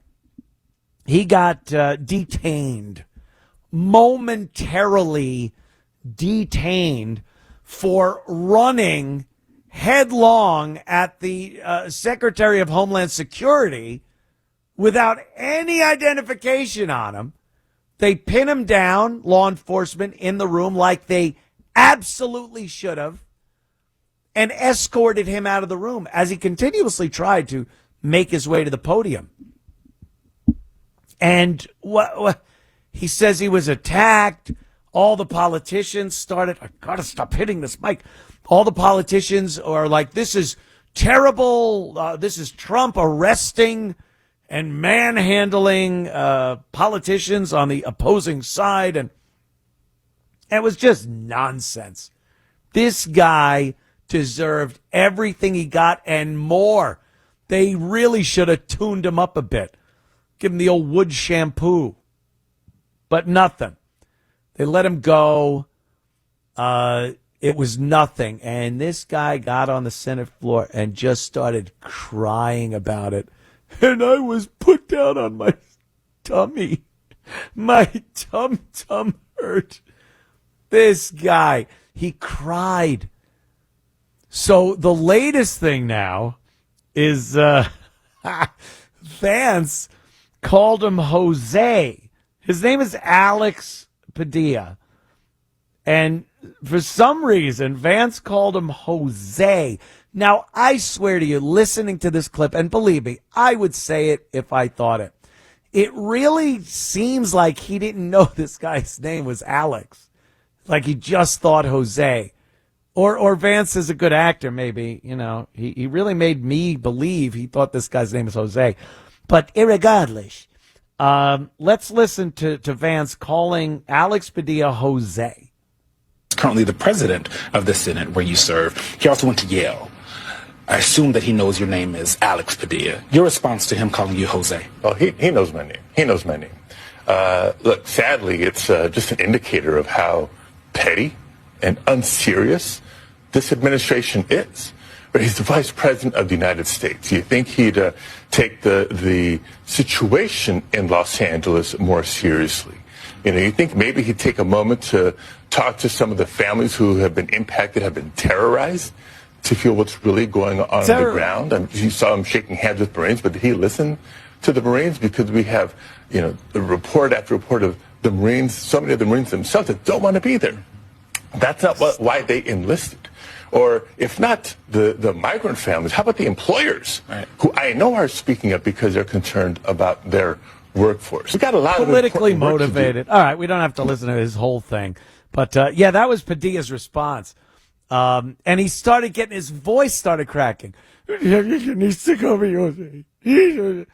guy's a crybaby, if I may be so bold and use such harsh language. Crybaby. Stick your head in gravy, wash it off with bubble gum, and send it to the Navy. He got choked up again. This guy is not, I don't know, strong-willed. If you bust up about things like this, how are you fulfilling your obligation as a representative of the country when you burst into tears over nothing? Nothing. Okay, now we'll listen to Vance calling him Jose. Democrat lawmaker handcuffed. The New York Times just did a story. They keep getting handcuffed, suggesting that the Trump administration is cracking down on Democrats. Can you comment on that? Well, I was hoping Jose Padilla would be here to ask a question, but unfortunately, I guess he decided not to show up because there wasn't the theater. And that's all it is. You know, I think everybody realizes that's what this is. It's pure political theater. These guys show up. They want to be captured on camera doing something. They want to be able to go back to their far left groups and to say, look, me, I stood up against border enforcement. I stood up against Donald Trump. When all they're really standing up for is for drug cartels to run rampant over our country and sex traffickers to be able to continue to traffic little kids into our country. That's what you're doing when you stand against border enforcement. So I think these guys, we ought to laugh them out of the building. We ought to call them out for doing what they're doing, which is grandstanding. And if they want to work seriously on border enforcement and on keeping their communities safe, the Trump administration's door is wide open. But they're not doing that. They love the grandstanding. They hate law enforcement because they hate the idea of the United States of America having a border. It's a disgrace, but it is what it is. Yep. Absolutely. When a couple of these guys got a little publicity, when they were, they call it roughed up, it was the most gentle way they could handle people in that situation. Because quite frankly, Alex Jose Padilla should have been dragged out of there, maybe tased. I would have tased him. He kept approaching. He kept trying to get up and run toward the podium. That's the Secretary of Homeland Security up there. What are you thinking? Oh, I had it. My name was on my polo shirt under my jacket. Oh, they have X-ray vision now and can see through your jacket. They handled him with kid gloves, and when he still resisted, they did absolutely standard operating procedure. You're on your belly. Get him down on the ground. You have more control over someone when they are on the ground than you do when they are standing. And that situation, they looked at the situation and said, this guy needs to go onto the ground. They pushed me onto the ground. They handcuffed me. They wouldn't tell me where they were taking me. That's hilarious. He goes, where are you taking me? And they're like, no, we're getting you under control, idiot. We're taking you away from this situation. That's what law enforcement does. There'll be time to chat about this in a little bit. They always think, like, you didn't read me my rights. They have one cuff on you. You're resisting. They're trying to put the other cuff on, and you're worried about my rights. They didn't read me my rights. So many of these people you see, whether they're politicians or car window lawyers when they get pulled over, and it always ends in entertainment for me. A little window break, dragging out of the vehicle, some handcuffing, maybe the face pushed into the grass or the asphalt. And that's what this idiot, Alex Jose Padilla, deserved. Don't cry. Don't cry. Whoever told men that it was okay to cry was I can't use that word. I'll try to come up with a word I could use when I come back. The Anthony Cumia Show, back in a flash. There was some time, I guess, 70s, 80s? Couldn't have been the 90s. Men were men in the 90s. Somehow women therapists or whatever it is, convince men it's a good idea to cry. Get your feelings out. It doesn't matter who's around. By the way, women love when men express themselves in front of the women and cry. Ha! Yeah! Right. A woman will never get the image of you crying out of their head. It just will never happen. You could go out like something's happening and you run out. You got a saw on your arm, your machine gun rattling away at bad guys to save your girl. She's looking at you like Rambo. And she goes, yeah, but 8 years ago, he cried in front of me.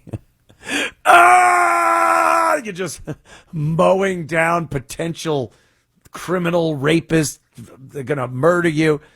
And your girl's like, wow, I didn't think you had that in you. Why were you crying 8 years ago? So, guys, don't buy the hype. Keep your tears to yourself. I'll allow you to cry for 5 minutes. Then back in the field. That's how they used to treat kids when they cried. I got a cramp in my leg once when I was a kid out in California with my old man, my dad. And it was terrible. Thigh cramp. I was probably 12 years old. And it tightened up. I straightened my leg out. It wouldn't go away. It was like I screamed. Wah!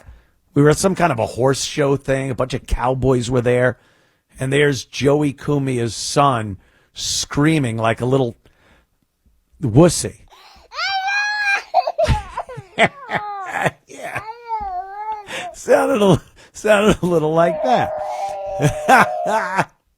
And my dad came over to me and he goes, I hear you scream like that again. You better have an arrow sticking out of your chest. And I'm like, it's like the 70s. Where are we?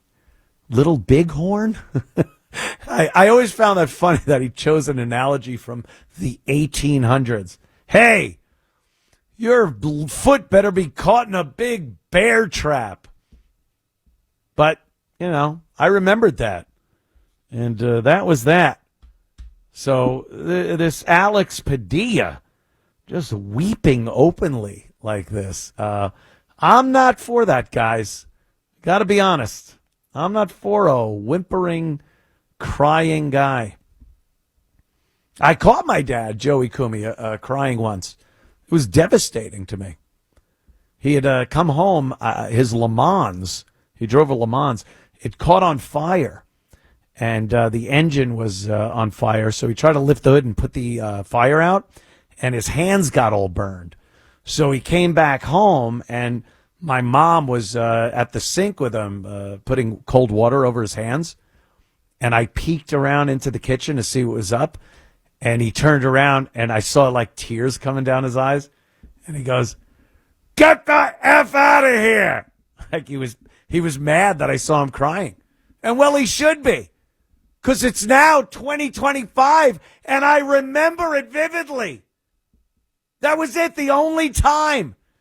He screwed up. He was at 100% never crying. And all I remember now is him crying over his little burnt Le Mans hands. How did I get on this tear? Anyway. New Yorkers, we love you. You know we do. I'm from New York originally, down here now in South Carolina. And it seems that your gracious, wonderful Governor Hochul thinks you guys don't need $50 million. $50 million, mere bag of shells, Norton. She wants to give it to not only just illegal aliens, to illegal alien lawyers, the lawyers for the illegal aliens. This should be a no-brainer. This is a complete deal breaker. She should not be the governor when she pulls crap like this. Listen to this. This is her saying it, folks. That are walking out of this courthouse,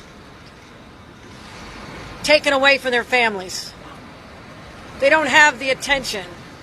They don't have the lawyers. And that's why the state of New York is providing $50 million to cover legal services for people who are finding themselves in this situation. $50 million. Hello, I'm an illegal. I need a lawyer. I heard you have $50 million. I was very injured by ice. Oh, they hurt me. My glasses broke and my shoes fell off. Why the hell is New York giving illegal alien lawyers $50 million? I swear there isn't a single story that comes out of New York State that makes me regret leaving the state. Not a one. It's beyond me how the state has anyone living there anymore. I talk to a lot of people. They're trying to leave. I know Rogan's trying to entice people to go to Austin, and there are a few New York comics in that collection of people. I think Legion of Skanks, those guys. Rogan's telling them, get your ass down here to Austin, Texas. It's tough to leave New York. For some reason, there's this impression that there's some value in being there. And I think there used to be. Before COVID even that recently, relatively speaking, there's like this misconception that a New York address or having a business in New York meant it was better than somewhere else, that your business was better than a business somewhere else. And then COVID came around. A lot of people were able to do their jobs from home, so the suburbs of New York. And then it became, well, if I could do it from the suburbs of New York, I could do it from another state.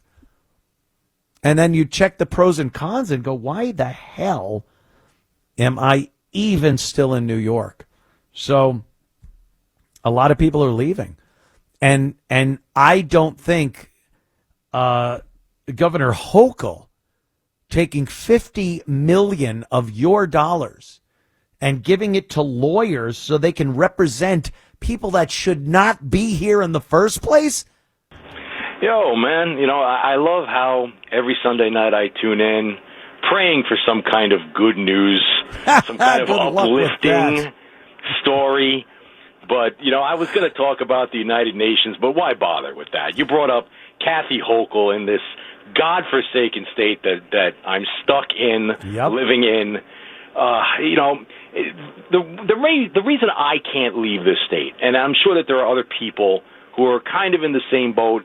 I have family here. It's all I've ever known. I have kids here, but the biggest thing is my job is here, and I've been looking for a job other places, Pennsylvania, the Carolinas, for 3 years at least. Haven't been able to find anything. And the money I make here on the island, I live on Long Island, is good, but the problem is that my kids, and a lot of kids their age, cannot afford to start a life here on Long Island or anywhere in New York. Of course not. So I think it would be better, because a lot of people, I know, Chris, a lot of people say, well, my kids. And I think that's just another way to not have to make that commitment to leaving. But you're doing them a favor. My sister, before I even moved down here, my sister moved just outside of Myrtle because she was disgusted with the way her son was being treated in school during COVID. And then she's like, moving down to South Carolina, I'm going to look into it. She looked and said, the schools are open down there?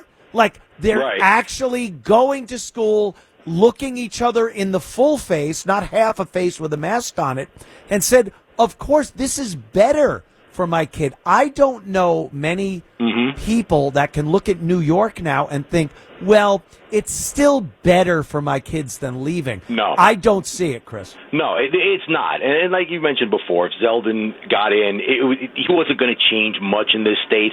The fact is that the real estate market in this state is completely out of control for anybody. the average home prices are, $600,000-$700,000. And for what? So you can live amongst MS-13 and yes. the Latin Kings, and there's not one area of Long Island, New York anymore, honestly, that doesn't have an area like you go, oh yeah, no, this is great, Dix Hills. I live in Dix Hills, it's wonderful. And then you go, yeah, but don't go to Wine Dance, which is right over there across the tracks or something. Right. Like there's always a place. There's not one area that's just, oh, this is awesome. It's a great place, and you could run for miles and never see a bad place. So what's the attraction anymore to staying? It's not. 30 years ago, when my parents moved from living in Queens, moved to Long Island was suburbia. Yeah. They tell me all the time, we got the house. It was $100,000, and everything was all new, and it was all nice and quiet. And the Robert Moses Parkways kept them out of the beaches. I know, Chris. But my kids are never going to be able to start a life here on their own. They can't afford it, and I know a lot of people who are in the same situation as me. Their kids are the same way. They're going to be living at home until they're 50 years old. Yeah, because you just can't do it. That's why I have to get out of this state. You got They have forced me to leave, and again, it's all I've ever known. Everything you kind of want is here. You got the beaches, you got the winter, you got the city, you got the sports teams. Fine, but I've had to throw all that away now and really put my family in front and say, this is what's going to be best for my family going forward. I have to. Chris, there's that great old saying, no matter where you go, there you are. It's always, you're still you. It's still your family. There are wonderful things. New York isn't this amazing place that has things that anymore. Nowhere else has. And, it would be better. And every single person I know that's left New York says, why the hell did I wait this long to do this? Yeah. All right, Chris, I got to move on, Chris. But all right, remember the new expression of the night: mega, please. Oh, Mig, the M. Yes, the M. I was getting scared there a second. All right, Chris, there goes Chris. It was an M, I swear. The Make Iran Great Again. That South Carolina's own Lindsey Graham loves the saying. Ugh, it's so annoying. So I saw a couple of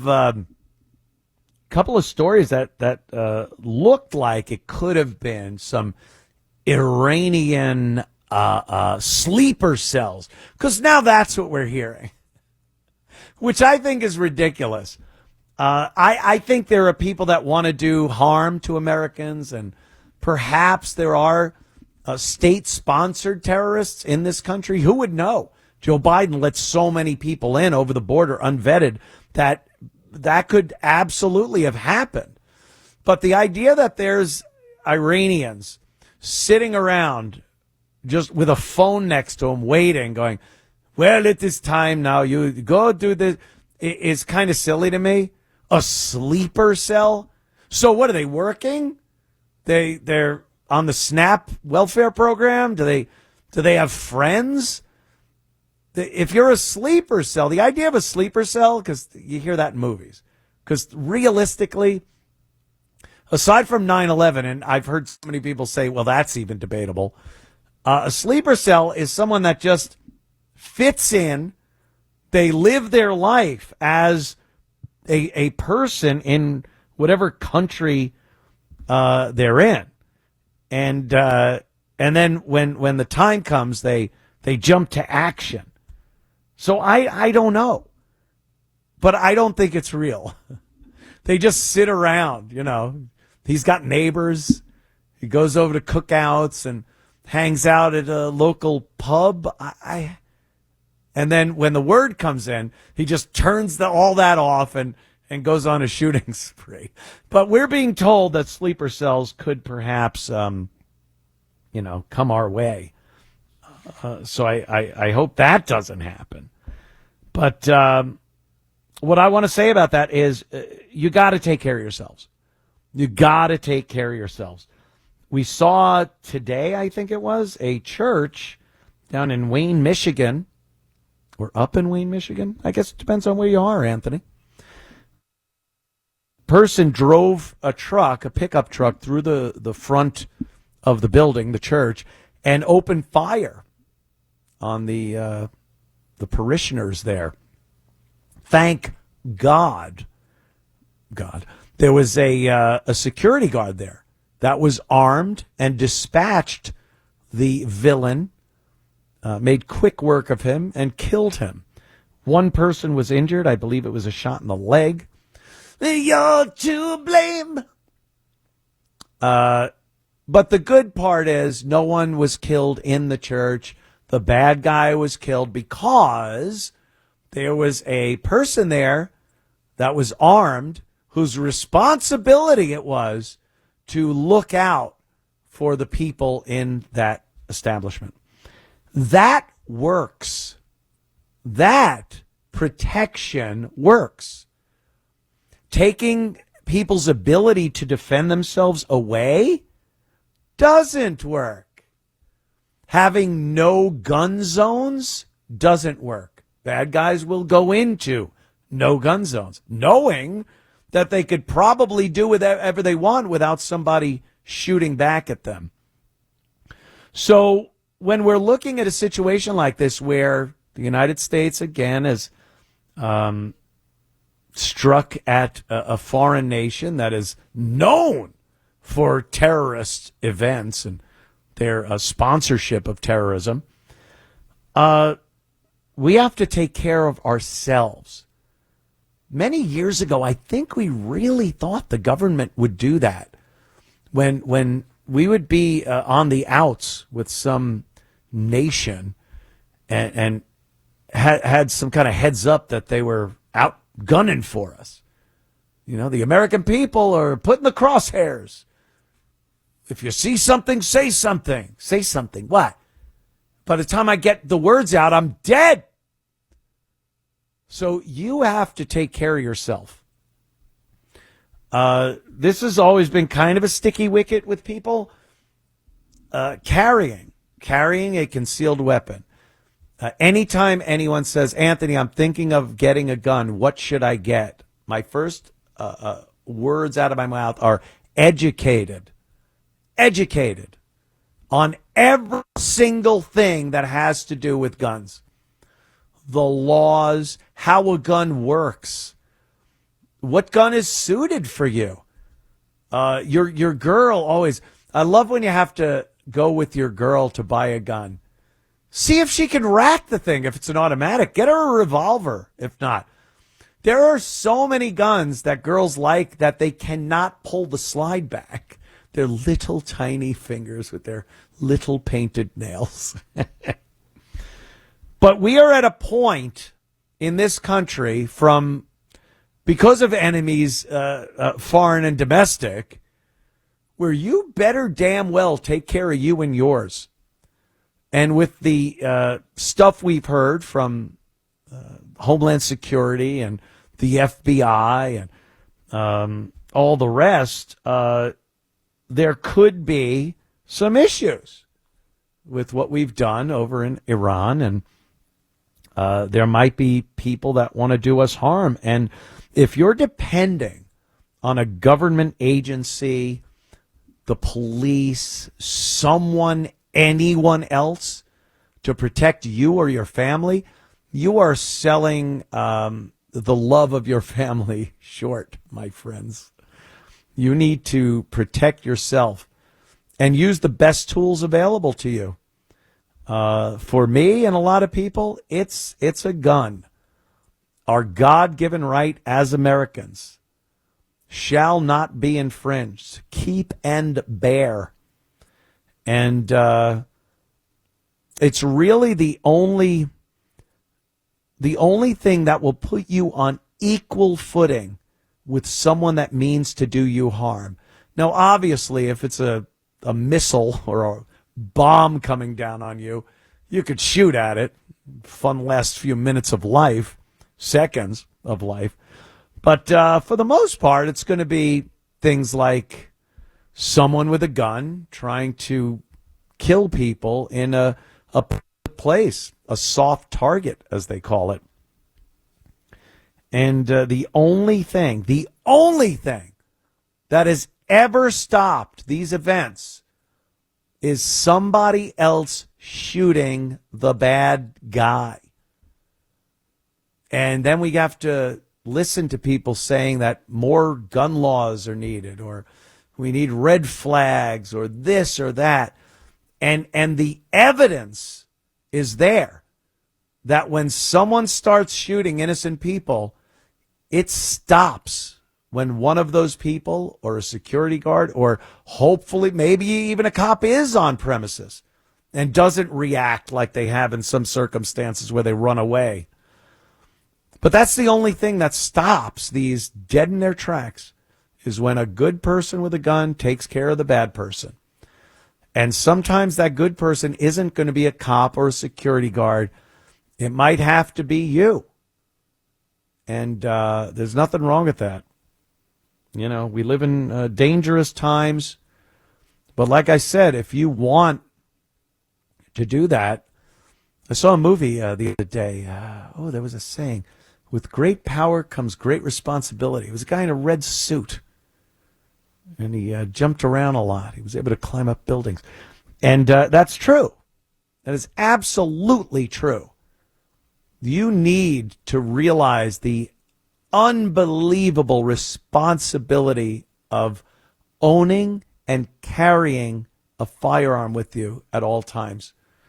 While absolutely it can be the difference between life and death for you and your family, it can also be a prison sentence, your own death, if you're not using it properly, if you're not securing it around children, if you don't have the education to use it, and it's used against you. But an educated, knowledgeable citizen with a firearm, trained with a firearm, can thwart so much damage from people out there that mean to do you or your fellow parishioners, people in your community, school, do them harm. So, I am an unbelievably strong advocate of the Second Amendment. And when things like this happen, and as a nation, we are all being threatened by some outside force, nation, and there's talk of sleeper cells, and then there can just be fanatics. It doesn't have to be some organized thing. We've seen some Islamic terrorists that weren't connected to any actual governing body get pissed off and blow up citizens. Seen this happen in every Western nation. So the idea that someone is going to be there to save you is very naive. We need to take care of ourselves and each other. All right, let's see what we got here going on the phone. We'll take a quick call from Steve. Steve, Manhattan, what's up? All right, Anthony, and Oi. In the last 60 years, there have been thousands upon thousands of rapes in New York City. If those girls were carrying 22s with them, I would suggest that there would probably be less rapes in New York City. A well-trained woman with a firearm can dispatch a rapist or someone that wants to do her harm very easily. Right. Small fingers and big fingernails, I would say a 22, or the girls would walk around with a bow and arrow or something. And this is the 65 Immigration Act kicking out. You saw Brett Hochul talking about millions of dollars for lawyers to tie up the courts with the invaders. $50 million bucks out of New York for lawyers. Yep. Right. Those lawyers probably contribute to our campaign. But I would like to tell people remember during COVID and even after COVID, people going into all those big pharmacies in New York City with shopping carts and robbing the heck out of those places. Those pharmacies in the last 10 years have been firing American workers and replacing them with invaders, with people from foreign countries. A lot of people. I remember a woman in Manhattan here at a pharmacy. She's an older woman, such a nice lady. Gone. They fired her. And these are American workers. These are our people. And when you're 50 years old and you have a family and you're married, or even if you're single, what do? You're supposed to go back to college? It's nonsense. Yeah. We know it. And Ain't gonna happen. This guy, Zoran Mamambi. The guy running for mayor of New York, the communist running for the mayor of New York. Yeah. Mayor of New York City. Well, he comes out of Fidel Castro's buck-tooted granddaughter's congressional district, Cortez. I don't call her with the famous name if she's a he or she or she identifies as anything. All right. And every person who's elected statewide or citywide in her congressional district is a flat-out communist. That is, the 65 Immigration Act kicking in, along with the illegal invasion. That's why people have to understand that even though people think the borders are secure, no, it's not. People are flying in every day with all different type of visas, and every day those visas are expiring, and they're in this country, and they're still here. Legally. Yeah. And I just want to know one thing.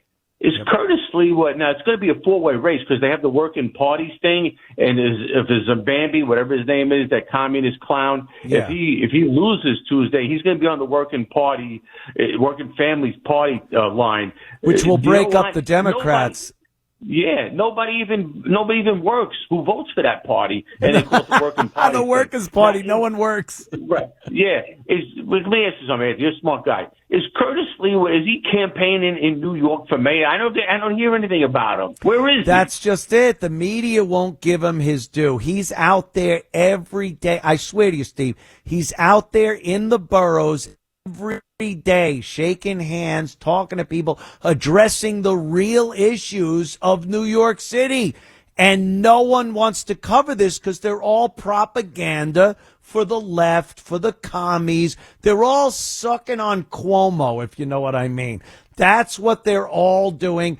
Cuomo's got this, I think, wrapped up, which is a shame because I think Curtis could be the same thing like Trump was. Throw a monkey wrench into the works. Let a guy who hasn't done this, that seems to know what the people kind of really need on a very street level, and let him see how he does instead of the disasters that have been in there for this long. Steve, thanks for the call. I got to take a quick break, and we'll be right back with more of the Anthony Cumia Show. This guy he's a joke. Every time you see him, he's like a cartoon character. He doesn't seem real. He was giving a speech about ICE agents and and the fact that he doesn't understand, not even saying, I don't want ICE agents to wear masks because I want to see their face. I want the people that they are arresting to see their face. He actually doesn't know why. This is what he says. He doesn't even know why ICE agents wear masks. Well, Jerry, maybe it's for the same reason why your terrorist organization, Antifa, wears masks. Maybe that's it. They don't want to be doxxed. Oh, wait a minute. ICE is actually a legal law enforcement entity, and they don't want to be doxxed by liberals who think they could just throw their name, image, family, house, address out there, and then, as we know, as we've seen from liberals, they will do harm. They love violence. The only reason they're mad about ICE agents wearing masks is because they want to dox them and hope harm comes to them.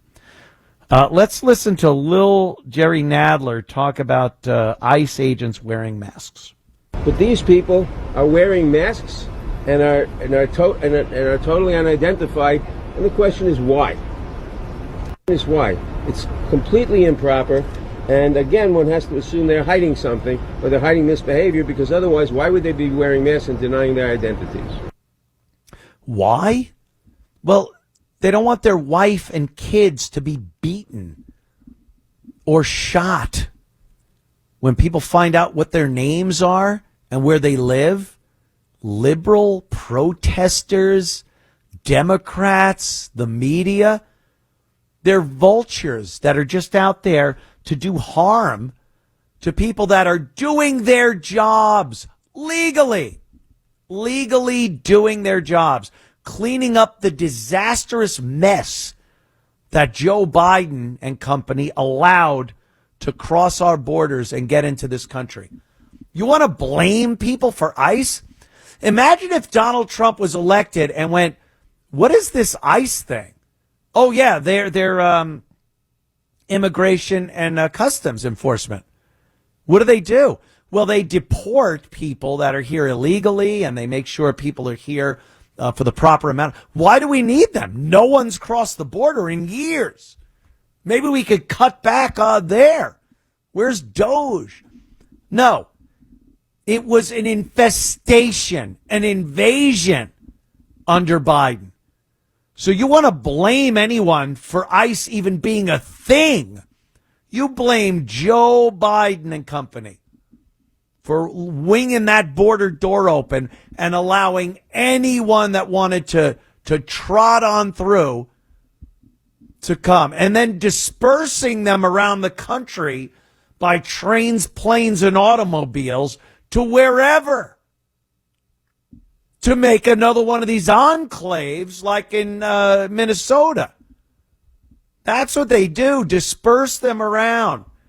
Let them sit there a while. Then they'll run for office. And it's not America any. Speech was hilarious. I wish this was a visual medium, because Jerry Nadler was standing at a podium and the Great Seal of something was in front of him. The Great Seal of idiots was in front of him. And I swear you could not see. You could not see his face over the Great Seal. He's 2 feet tall. And then he had an accident. Remember that? He had a little accident in the Capitol, and he had to walk clenching his cheeks together. So embarrassing. The second any representative of this country becomes a complete embarrassment, they just need to be taken out. I don't mean that in a violent way. I just mean, just go away. Go retire. Go to your family that you profess to love, and just stay out of our business. You are detrimental in every way, shape, or form to the way we want to live our lives as Americans. You're just Budinskis screwing everything up. Well, I hope you enjoyed that uplifting message. Hey, it's Anthony Cumia. We'll see you back here next week on the Anthony Cumia Show. Until then, have yourselves a great week, and tell your friends about us. Download the app. Send it to them.